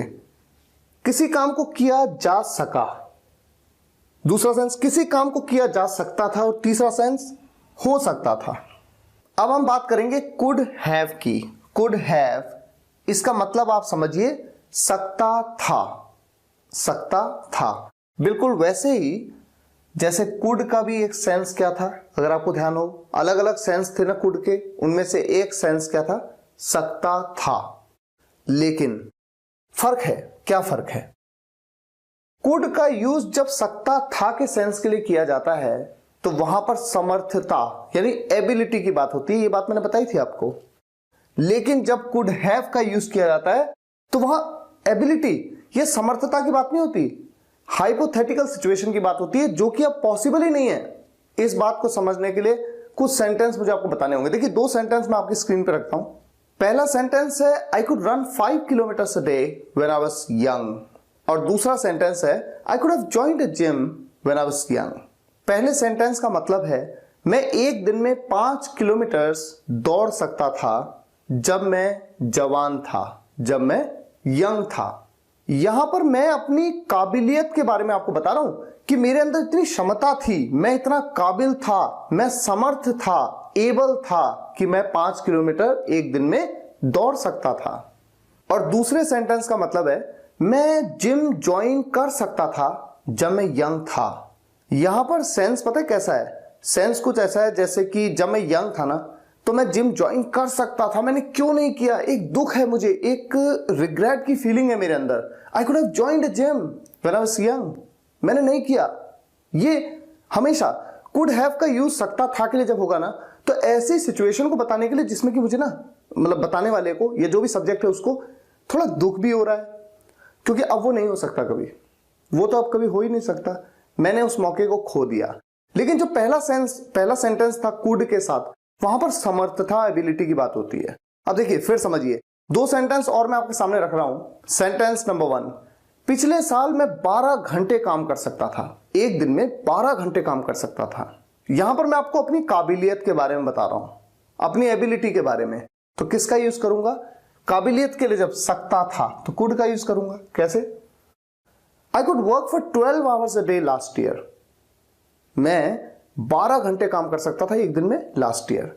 अब दूसरी बात कहता हूं मैं कहता हूं मैं 12 घंटे काम कर सकता था लेकिन मैंने किया नहीं। एक पछतावा मेरे मन में है, ये कभी वापस नहीं आ सकता, बीत गया समय, मुझे करना चाहिए था, मेरे मन में कहीं ना कहीं है मुझे करना चाहिए था लेकिन मैंने किया नहीं। I could have worked for 12 hours a day, मैं 12 घंटे काम कर सकता था। I could have worked for 12 hours a day but I didn't, लेकिन मैंने किया नहीं।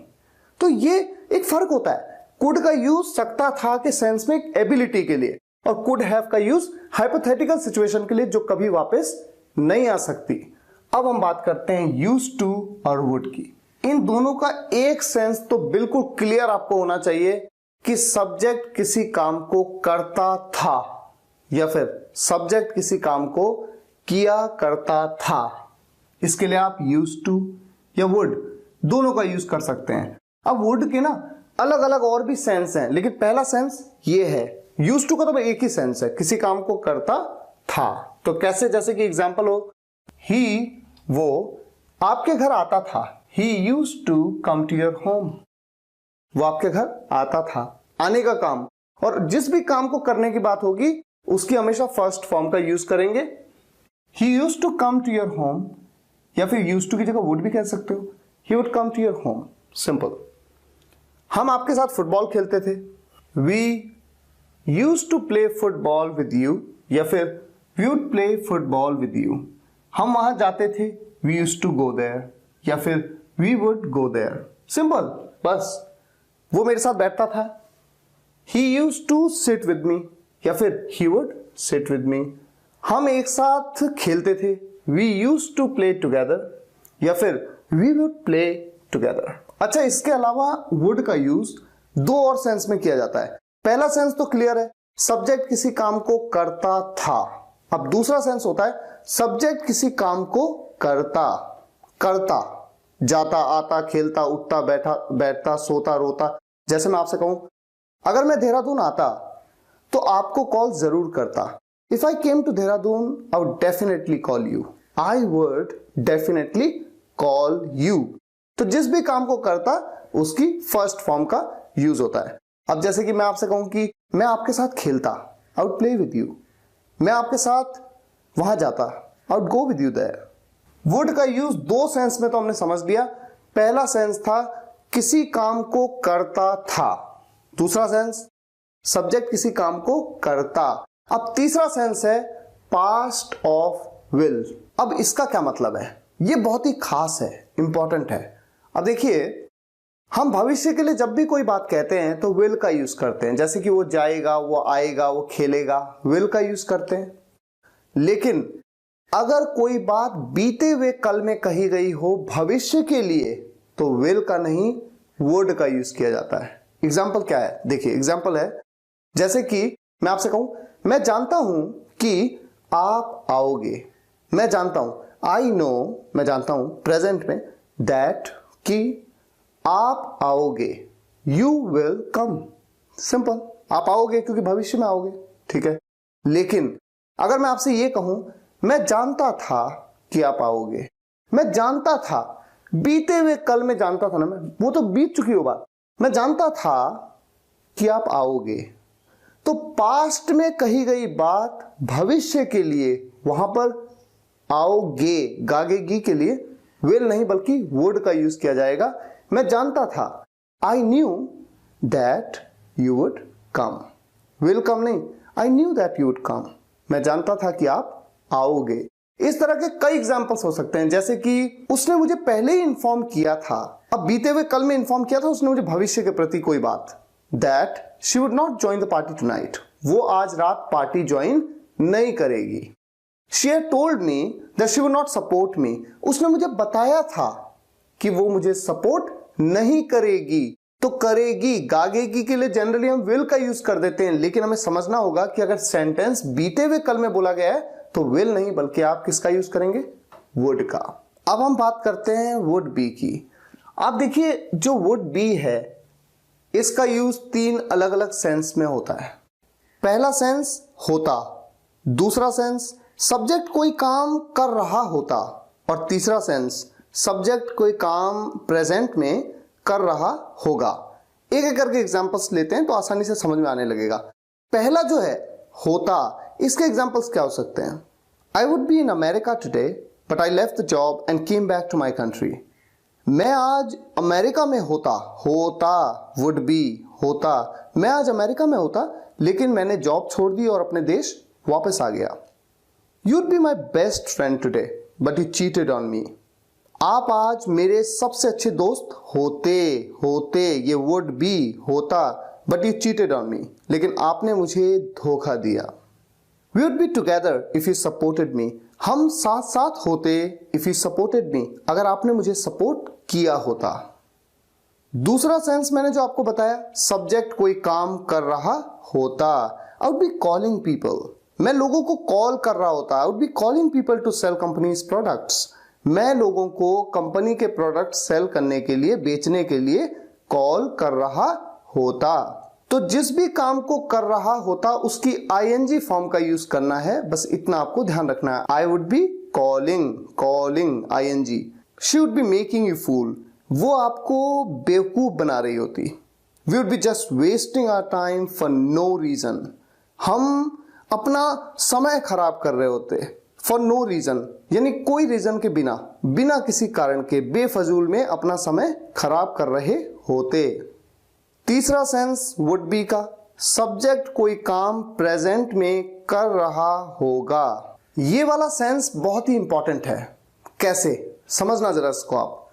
मैं आपसे कहता हूं धोनी अगला मैच खेल रहा होगा, रहा होगा, रही होगी, रहे होंगे, अगला मैच खेल रहा होगा, यानी फ्यूचर की बात हो रही है, फ्यूचर भी आया नहीं है। तो फ्यूचर, जब फ्यूचर की बात हो, रहा होगा, रही होगी, रहे होंगे, तो future continuous tense will be का आप यूज करते हैं। Dhoni will be playing the next match, simple. लेकिन जब हम कहते हैं धोनी इस वक्त खेल रहा होगा, अब ध्यान से सोचिए, रहा होगा आया, रहा होगा, लेकिन बात प्रेजेंट में हो रही है। धोनी इस वक्त खेल रहा होगा, मैं ये थोड़ी कह रहा हूं कि धोनी अगले साल खेल रहा होगा फ्यूचर में, नहीं, प्रेजेंट की बात कर रहा हूं। धोनी इस वक्त खेल रहा होगा, तो ऐसा रहा होगा, रही होगी, रहे होंगे जो प्रेजेंट में हो ना, उसमें विल बी नहीं वुड बी का यूज करेंगे और आप कहेंगे Dhoni would be playing right now. तो ऐसा कोई भी सेंटेंस जिसे सब्जेक्ट कर रहा होगा प्रेजेंट में, ऐसे में आप वुड बी का यूज करते हैं। कुछ और एग्जांपल्स मैं आपके सामने रखता हूं। She would B looking for you, अब ये सेंटेंस देखिए, she would B looking for you, वो आपको ढूंढ रही होगी, वो आपको ढूंढ रही होगी, इस वक्त की बात हो रही है। प्रेजेंट में रहा होगा, रही होगी, रहे होंगे आ रहा है, विल बी थोड़ी लगाएंगे आप, वुड बी का यूज करेंगे। They would be planning to meet you, वो आपसे मिलने की प्लानिंग कर रहे होंगे। Rashmi would be sleeping right now, Rashmi इस समय सो रही होगी। तो कुल मिलाकर सब्जेक्ट किसी काम को कर रहा होगा प्रेजेंट में, ऐसे में आप क्या यूज करेंगे, वुड बी का। तो 3 सेंस इसके क्लियर हो गए। अब बात करते हैं वुड हैव की। वुड हैव का केवल एक सेंस होता है, सब्जेक्ट किसी काम को बीते हुए कल में यानी पास्ट में कर चुका होगा। एक सिंपल से एग्जांपल से इस बात को समझते हैं। मैं आपसे कहता हूं कोहली कल इस समय तक खेल चुका होगा, कोहली कल इस समय तक खेल चुका होगा। अब कल आने वाला कल ना, तो चुका होगा, चुकी होगी, चुके होगे के लिए आप क्या यूज करते हैं, विल हैव, विल हैव। तो आप सिंपल सा कैसे बनाएंगे sentence, Kohli will have played by now tomorrow. ये फ्यूचर परफेक्ट का सेंटेंस हो गया। कोहली कल इस समय तक खेल चुका होगा। लेकिन अगर मैं आपसे कहूं कोहली अब तक खेल चुका होगा, अब तक खेल चुका होगा, यानी कि ये जो प्रेजेंट है ना, प्रेजेंट, इस पे भी वो खेल चुका होगा, यानी कि उसके द्वारा खेलने के काम को किया जा चुका होगा बीते हुए कल में। तो चुका होगा, चुकी होगी, चुके होगे को देख के दिमाग में आपके तुरंत आता है कि विल हैव का यूज किया जाए, क्योंकि फ्यूचर का परफेक्ट टेंस है, ऐसा नहीं है जरूरी। सेंटेंस का सेंस समझना होगा। कोहली इस वक्त तक खेल चुका होगा, अब यहां पर फ्यूचर की कोई बात ही नहीं हो रही है।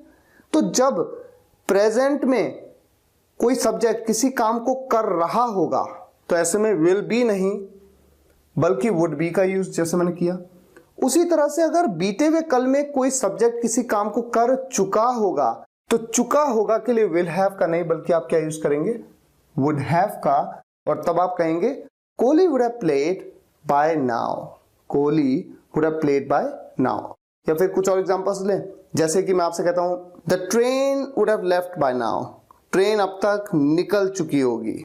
They would have eaten the food, वो खाना खा चुके होंगे। My sister would have reached Delhi airport, मेरी सिस्टर दिल्ली एयरपोर्ट पहुंच चुकी होगी।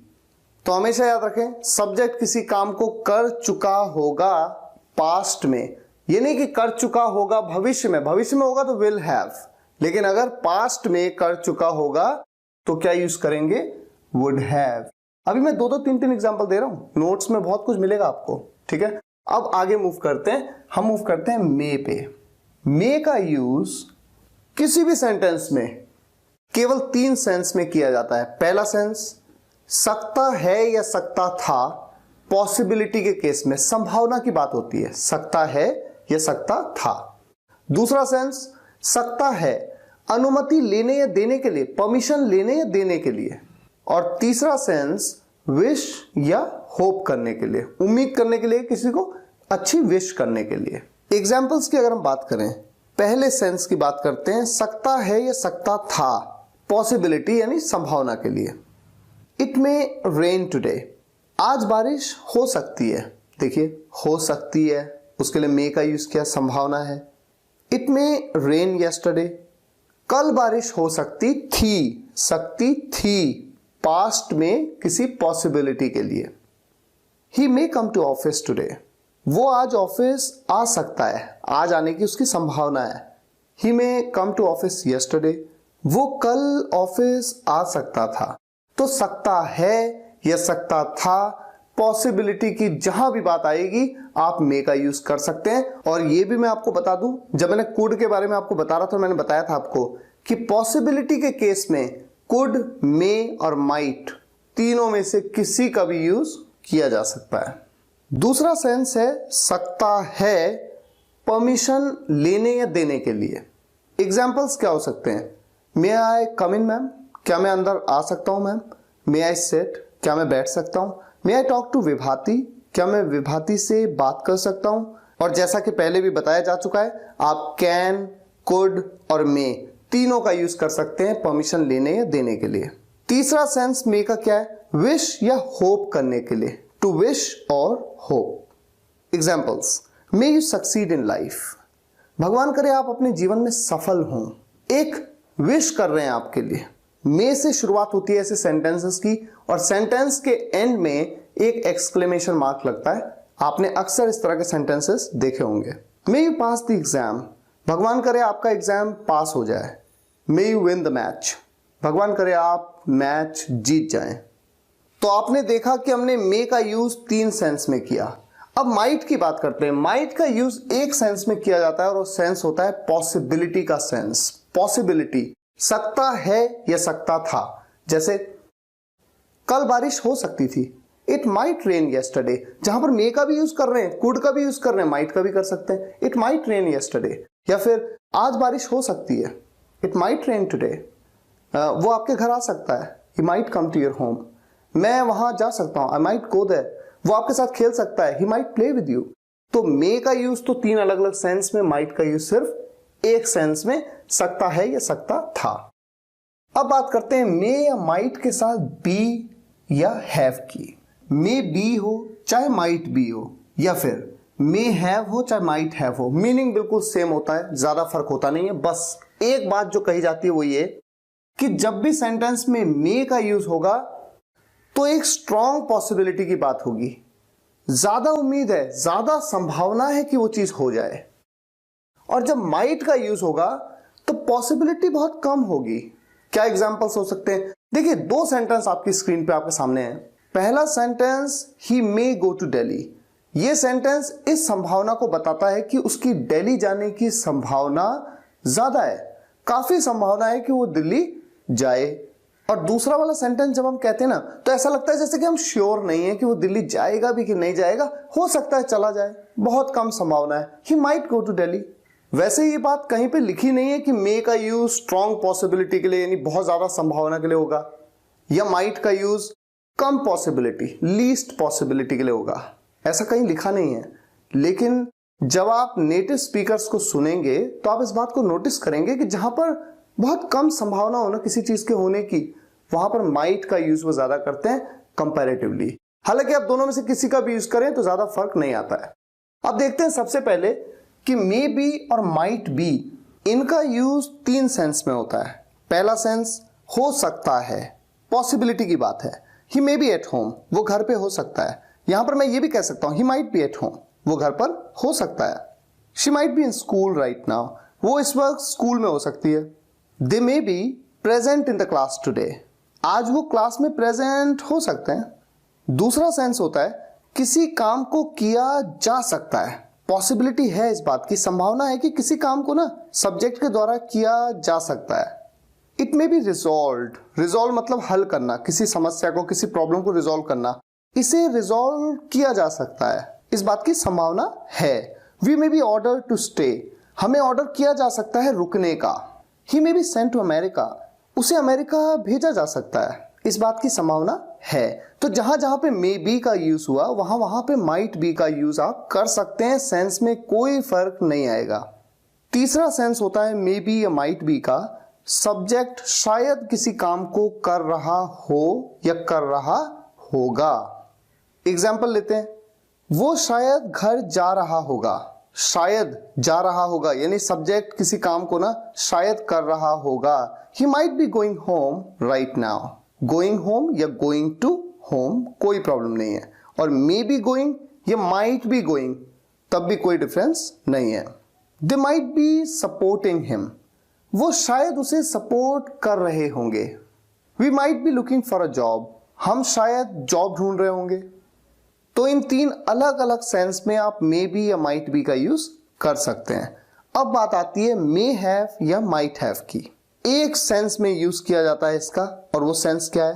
हो सकता है सब्जेक्ट कोई काम कर चुका होगा, यानी कि शायद सब्जेक्ट कोई काम कर चुका है। एग्जाम्पल क्या हो सकता है? ही मे हैव डन इट, शायद वो ये कर चुका है। यहां पर मे हैव की जगह माइट हैव का भी यूज कर सकते हैं, ही might have done it. Anjali may have solve this question, Anjali शायद ये क्वेश्चन सॉल्व कर चुकी हो। You may have understood my point, शायद आप मेरी बात समझ चुके हो। या फिर एक एग्जाम्पल मैं ले सकता हूं, शायद वो अमेरिका जा चुका हो, he might have gone to America, या he may have gone to America. तो जो भी काम सब्जेक्ट कर चुका हो, शायद उस काम की थर्ड फॉर्म का यूज करना है। अच्छा, अब हम आगे बढ़ते हैं शुड हैव हैड पर। शुड हैव हैड का यूज 2 सेंस में किया जाता है।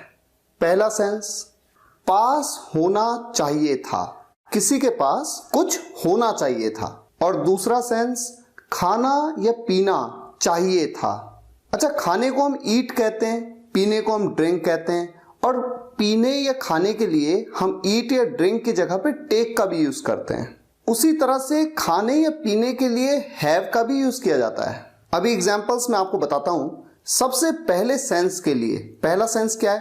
पास होना चाहिए था। इसके लिए देखिए एग्जांपल्स क्या हो सकते हैं। I should have had my umbrella today as it's raining heavily. I should have had, मेरे पास होना चाहिए था, माई अम्ब्रेला, मेरा छाता आज मेरे पास अपना छाता होना चाहिए था क्योंकि बहुत तेज बारिश हो रही है। You should have had your own calculator, आपके पास अपना खुद का कैलकुलेटर होना चाहिए था। He should have had a pen to write, उसके पास एक पेन होना चाहिए था लिखने के लिए।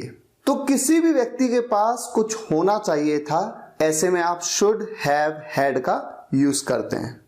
अच्छा, इसका जो दूसरा सेंस है खाना या पीना चाहिए था, ऐसे में एग्जाम्पल क्या हो सकता है? They should have had the food before they left for the movie.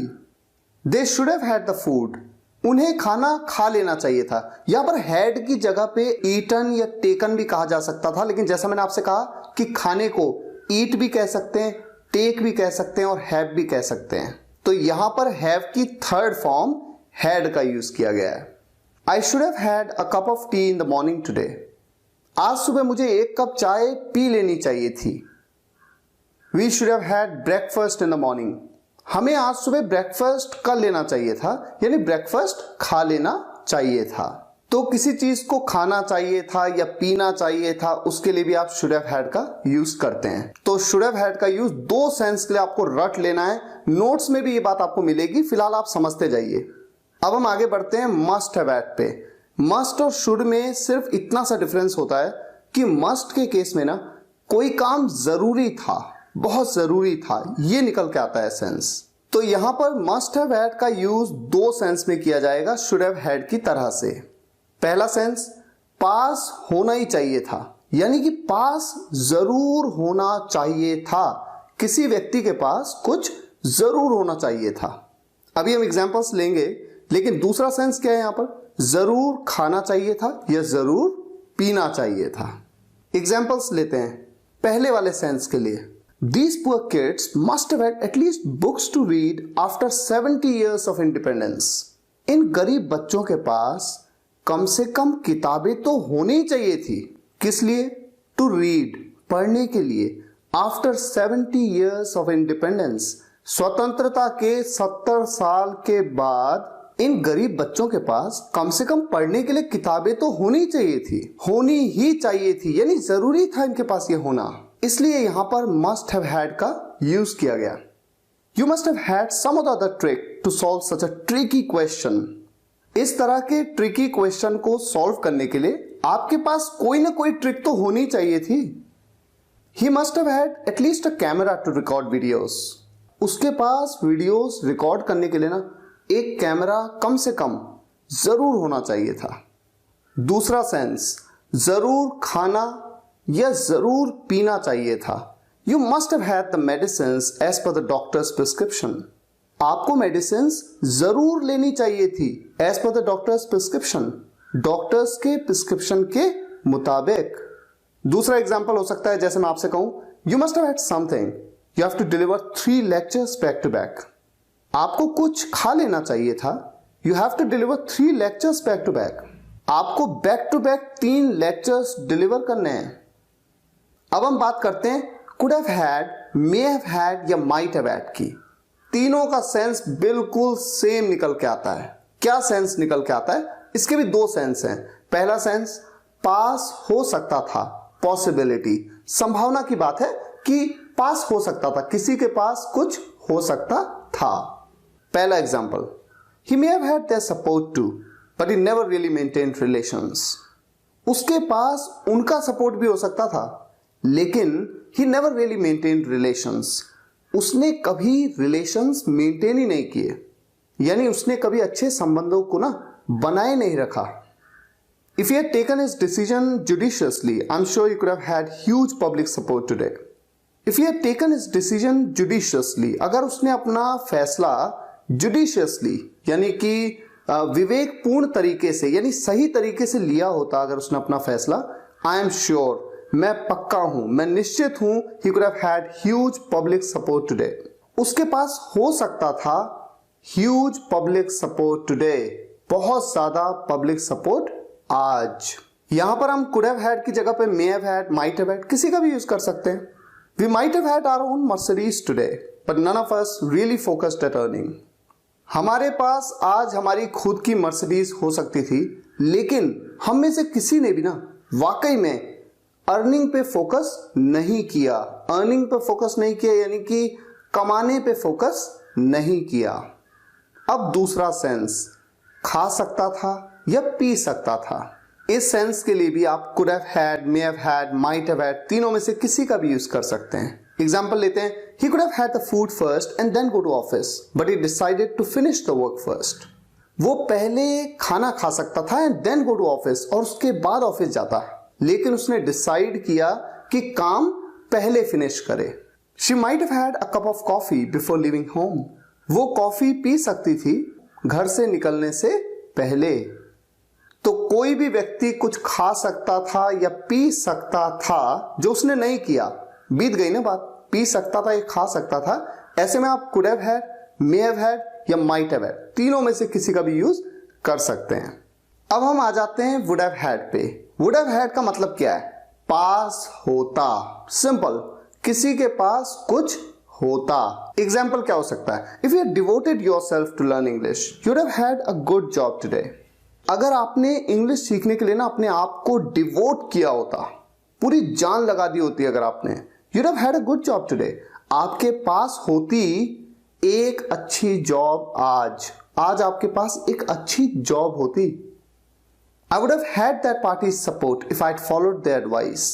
मेरे पास उस पार्टी का सपोर्ट होता if I'd followed their advice, अगर मैंने उनकी सलाह मानी होती। You wouldn't have had this award in your hand if Dhoni hadn't motivated the team. You wouldn't have had this award in your hand. ये award आपके हाथ में नहीं होता, यानी आपके पास नहीं होता ये अवार्ड आपके हाथ में if Dhoni hadn't motivated the team. अगर धोनी ने टीम को मोटिवेट नहीं किया होता तो। अब हम बात करते हैं हैज बीन और हैव बीन की। हैज बीन या हैव बीन का यूज तीन सेंस में किया जाता है, इसे ध्यान से समझिएगा, बहुत ही इंपॉर्टेंट है।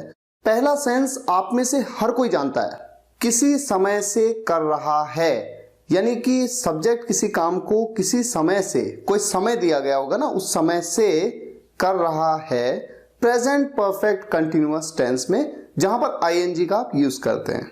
अभी एग्जांपल्स में सब क्लियर होने वाला है। दूसरा सेंस होता है किसी समय से है विदाउट आईएनजी, यहां पर आईएनजी का यूज नहीं होता, अभी मैं आपको बताऊंगा। और तीसरा सेंस काम किया जा चुका है, किसी काम को किया जा चुका है, जैसे मुझे भेजा जा चुका है, उसे बताया जा चुका है, इस तरह के सेंटेंसेस प्रेजेंट परफेक्ट के पैसिव वॉइस सेंटेंस होते हैं। फिलहाल हम आगे बढ़ते हैं। सबसे पहला सेंस क्या है? किसी समय से कर रहा है। आप में से अधिकतर स्टूडेंट्स जो टेंस के सेंटेंसेस को बना सकते हैं ना, वो इजीली इस सेंस को समझ सकते हैं। He has been playing football since morning, वो सुबह से फुटबॉल खेल रहा है, सुबह से। तो देखिए, सुबह से जब मैं कहता हूं ना, तभी तो कह रहा हूं किसी समय से कर रहा है, सब्जेक्ट किसी काम को कर रहा है, यहां पर क्या काम कर रहा है? फुटबॉल खेलने का काम कर रहा है। दूसरा एग्जांपल हो सकता है, we have been calling you for many days, हम आपको कई दिनों से कॉल कर रहे हैं। तो ऐसे सेंटेंसेस में हैज बीन या हैव बीन का यूज हो जाता है। ये तो हम में से अधिकतर जानते हैं, लेकिन जो दूसरा सेंस है किसी समय से है, जहां पर आईएनजी का यूज नहीं होता है, इसको समझना इंपॉर्टेंट है। देखिए, आपके सामने एग्जांपल है, I have been in Delhi since 2004। I have been in Delhi, मैं दिल्ली में हूं 2004 से।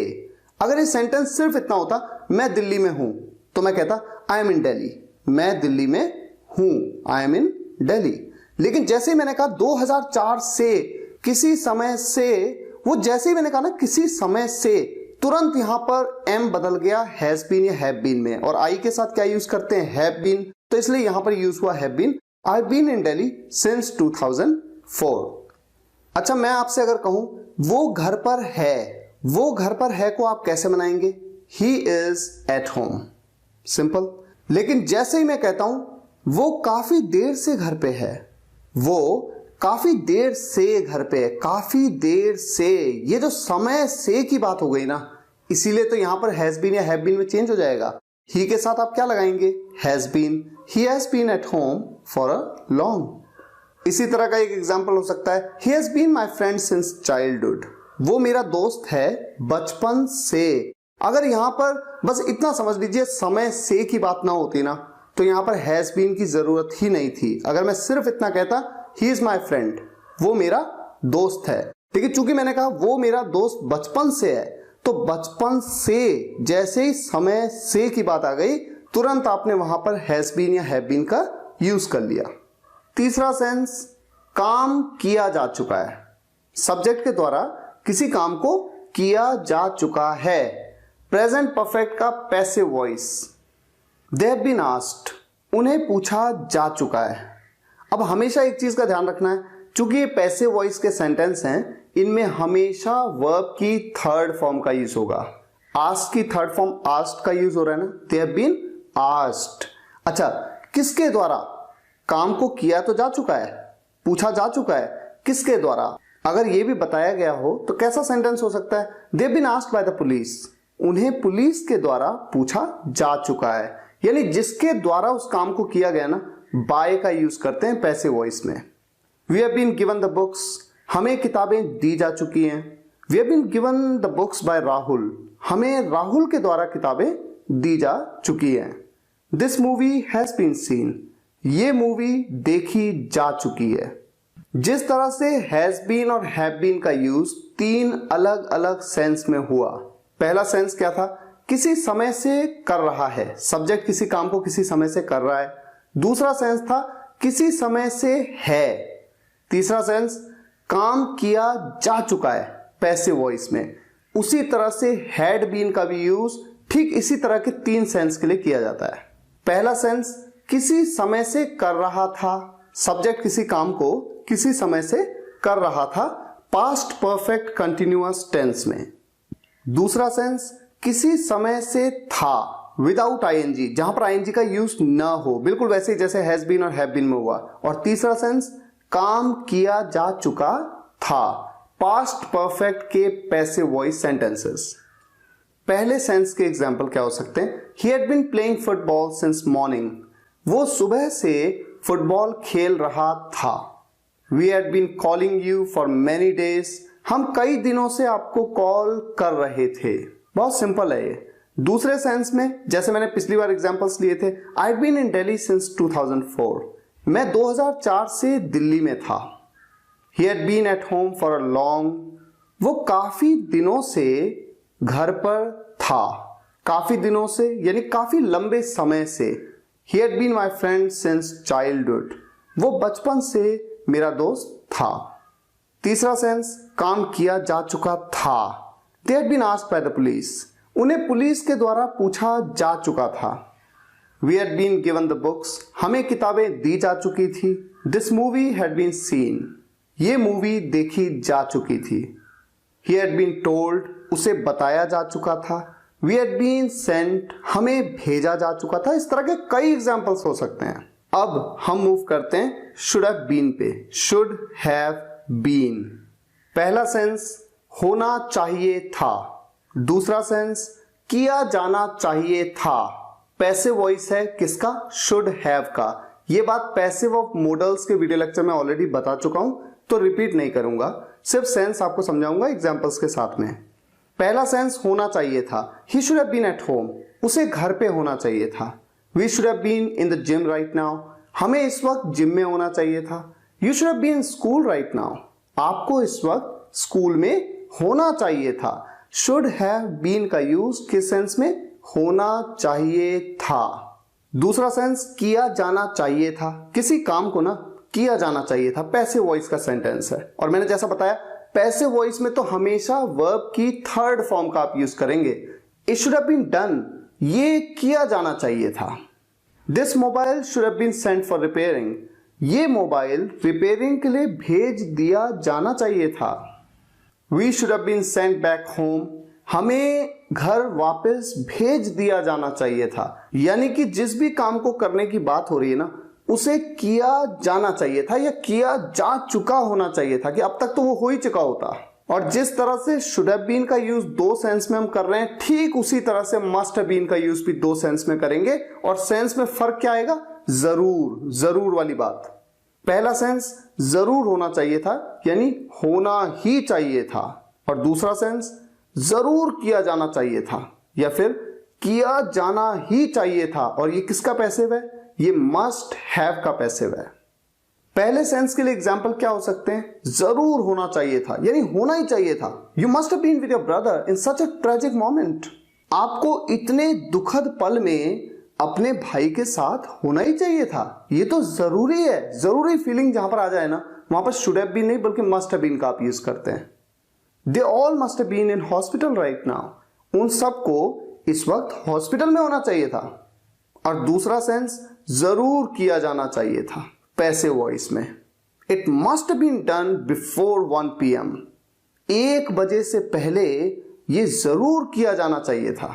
His family must have been given police protection, उसके परिवार को पुलिस प्रोटेक्शन जरूर दिया जाना चाहिए था। अभी आप 2-2, 3-3 सेंटेंसेस से क्या सीख रहे हैं? सिर्फ कॉन्सेप्ट की बारीकी को समझ रहे हैं अभी आप। अब देखिए, could have been, may have been या माइट हैव बीन, तीनों का मतलब एक ही होता है। एक ही सेंस के लिए तीनों का यूज किया जाता है। क्या सेंस है? 2 सेंस हैं। पहला सेंस हो सकता था, पॉसिबिलिटी के लिए, संभावना के लिए। और दूसरा सेंस किया जा सकता था, पैसिव वॉइस किसका? कुड हैव का या मे हैव का या माइट हैव का। Example, he could have been a good friend of mine today but he always used me for his sake. He could have been a good friend of mine today, वो आज मेरा एक अच्छा दोस्त हो सकता था।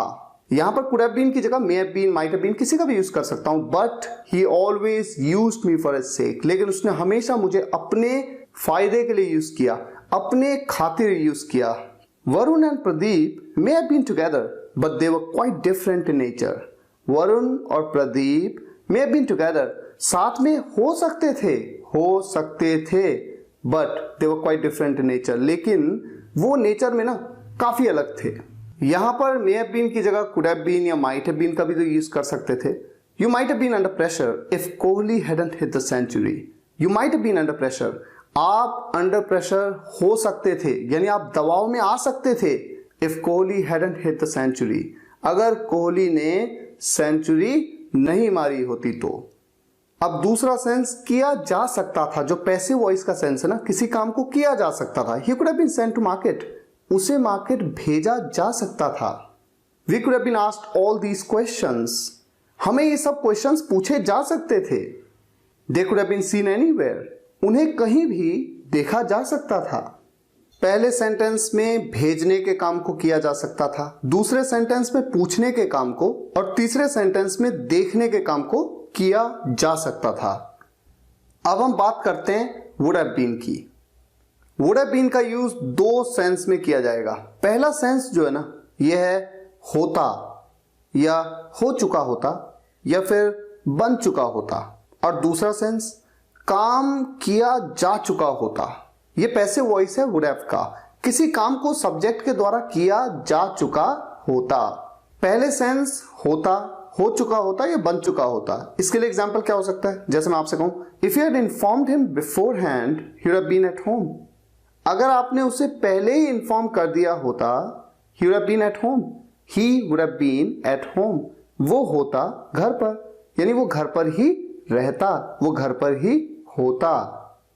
दूसरा example, I would have been more satisfied if you had returned my money yesterday itself. I would have been more satisfied, मैं ज्यादा संतुष्ट होता या हो चुका होता, मैं ज्यादा संतुष्ट हो चुका होता या ज्यादा संतुष्ट होता if you had returned my money yesterday itself, अगर आप मेरा पैसा मुझे कल ही लौटा देते तो। अगर आप मेरा पैसा मुझे कल ही लौटा देते तो मैं ज्यादा सेटिस्फाइड होता। If I had studied well in school, I would have been an engineer, a teacher or a doctor today. अगर मैंने स्कूल में अच्छी पढ़ाई की होती, I would have been an engineer, a teacher or a doctor today. मैं आज एक इंजीनियर होता, टीचर होता या एक डॉक्टर होता। अब डॉक्टर होता या डॉक्टर बन चुका होता, बात लगभग एक जैसी है, इसलिए मैंने आपसे कहा कि वुड हैव बीन का पहला सेंस है होता, हो चुका होता या बन चुका होता। अब दूसरा सेंस जो इसका है, काम किया जा चुका होता, ये पैसिव वॉइस में है। They would have been caught by now, वो अब तक पकड़े जा चुके होते। पकड़ने के काम को ना किया जा चुका होता, किसके द्वारा ये नहीं बताया गया यहां पर। अगर बताना चाहें तो बता सकते हैं, they would have been caught by now by police, वो अब तक पुलिस के द्वारा पकड़े जा चुके होते। The culprits would have been sent behind the bars by now, दोषियों को would have been sent, culprits मतलब दोषी, दोषी जो है ना वुड हैव बीन सेंट, उन्हें भेजा जा चुका होता behind the bars, behind the bars यानी सलाखों के पीछे, बाय नाउ अब तक, दोषियों को अब तक सलाखों के पीछे भेजा जा चुका होता, यानी भेजने के काम को किया जा चुका होता। If we had requested we have been provided all the important documents, अगर हमने रिक्वेस्ट की होती हमें दिए जा चुके होते ऑल द इंपॉर्टेंट डॉक्यूमेंट्स, सभी इंपॉर्टेंट डॉक्यूमेंट्स, सभी महत्वपूर्ण दस्तावेज। आप में से जो भी स्टूडेंट्स इंग्लिश बोलना चाहते हैं उनको एक एक वर्ब को याद करना होगा, एक एक वर्ब के अलग अलग मीनिंग, अलग अलग सेंस क्या है उसके, उन्हें याद करना होगा। शुरुआत में दिक्कत आ सकती है, आपको याद नहीं होगा ढंग से कि इसके अलग अलग क्या सेंस हैं, लेकिन जैसे जैसे प्रैक्टिस करेंगे आसान होगा, पहली बात। दूसरा, जब आप न्यूज़पेपर पढ़ते हैं, कोई नॉवेल पढ़ते हैं, कहीं पे भी कोई भी सेंटेंस आपके सामने आता है, रिलेट करिए कि वो इस वर्ब के किस पर्टिकुलर मीनिंग से रिलेटेड है। जब आप धीरे धीरे ऐसा करते जाएंगे ना, मैं आपको यकीन दिलाता हूं सेंटेंसेस को बनाने लगेंगे, सही से लिखने लग जाएंगे, और फिर थोड़ा प्रैक्टिस करेंगे तो बोलने भी लगेंगे। तो जितने भी वर्ब्स यहां पर कवर हुई हैं, सभी वर्ब्स के नोट्स कहां पर अवेलेबल हैं? www.spokenenglish.guru, ये मेरी वेबसाइट है, और अपनी वेबसाइट पे मैंने बहुत सारा मटेरियल आपके लिए लिखा हुआ है। आप जाइएगा वेबसाइट पे, मेन्यू में जाइएगा और ट्रेंडिंग ब्लॉग्स में देखिए आपके सामने कई सारे ऑप्शंस आ जाते हैं। इंग्लिश सीखने की टिप्स हैं, इंग्लिश कॉन्वर्सेशंस हैं, ग्रामर, स्पोकन टॉपिक्स है, English speaking practice, listening practice, writing, essay, speech, यहां पर आपको बहुत कुछ मिलता है। ग्रामर एंड स्पोकन टॉपिक्स पे अगर आप जाएंगे, यहां पर इंग्लिश की सभी वर्ब्स आपको मिल जाती हैं, इजी से इजी और डिफिकल्ट से डिफिकल्ट, जितनी भी वर्ब्स हैं सभी हिंदी में, एसएमएस लैंग्वेज में और इंग्लिश में आपको मिल जाती हैं, जिससे कोई भी स्टूडेंट चाहे वो हिंदी जानता हो या ना जानता हो, सभी यहां पर आकर के इस आर्टिकल को पढ़ सकते हैं और इन वर्ब्स को समझ सकते हैं। इन वर्ब्स को कवर करने में बहुत समय लगा, लेकिन मुझे उम्मीद है आपको ये वीडियो लेक्चर पसंद आया होगा। पसंद आया हो तो लाइक करिएगा और शेयर जरूर करिएगा, ताकि देश के छोटे से छोटे गांव के स्टूडेंट्स तक इन वीडियोस को मैं पहुंचा सकूं, वो अंग्रेजी सीखें और अपने जीवन में सक्षम बने। Thank you so much for watching this video guys. See you in the next video lecture. Take care and goodbye. अगर आप सभी वीडियोस एक के बाद एक देखना चाहते हैं तो स्पोकन इंग्लिश गुरु कंप्लीट कोर्स किट घर बैठे मंगवा सकते हैं। लिंक इस वीडियो के डिस्क्रिप्शन में है।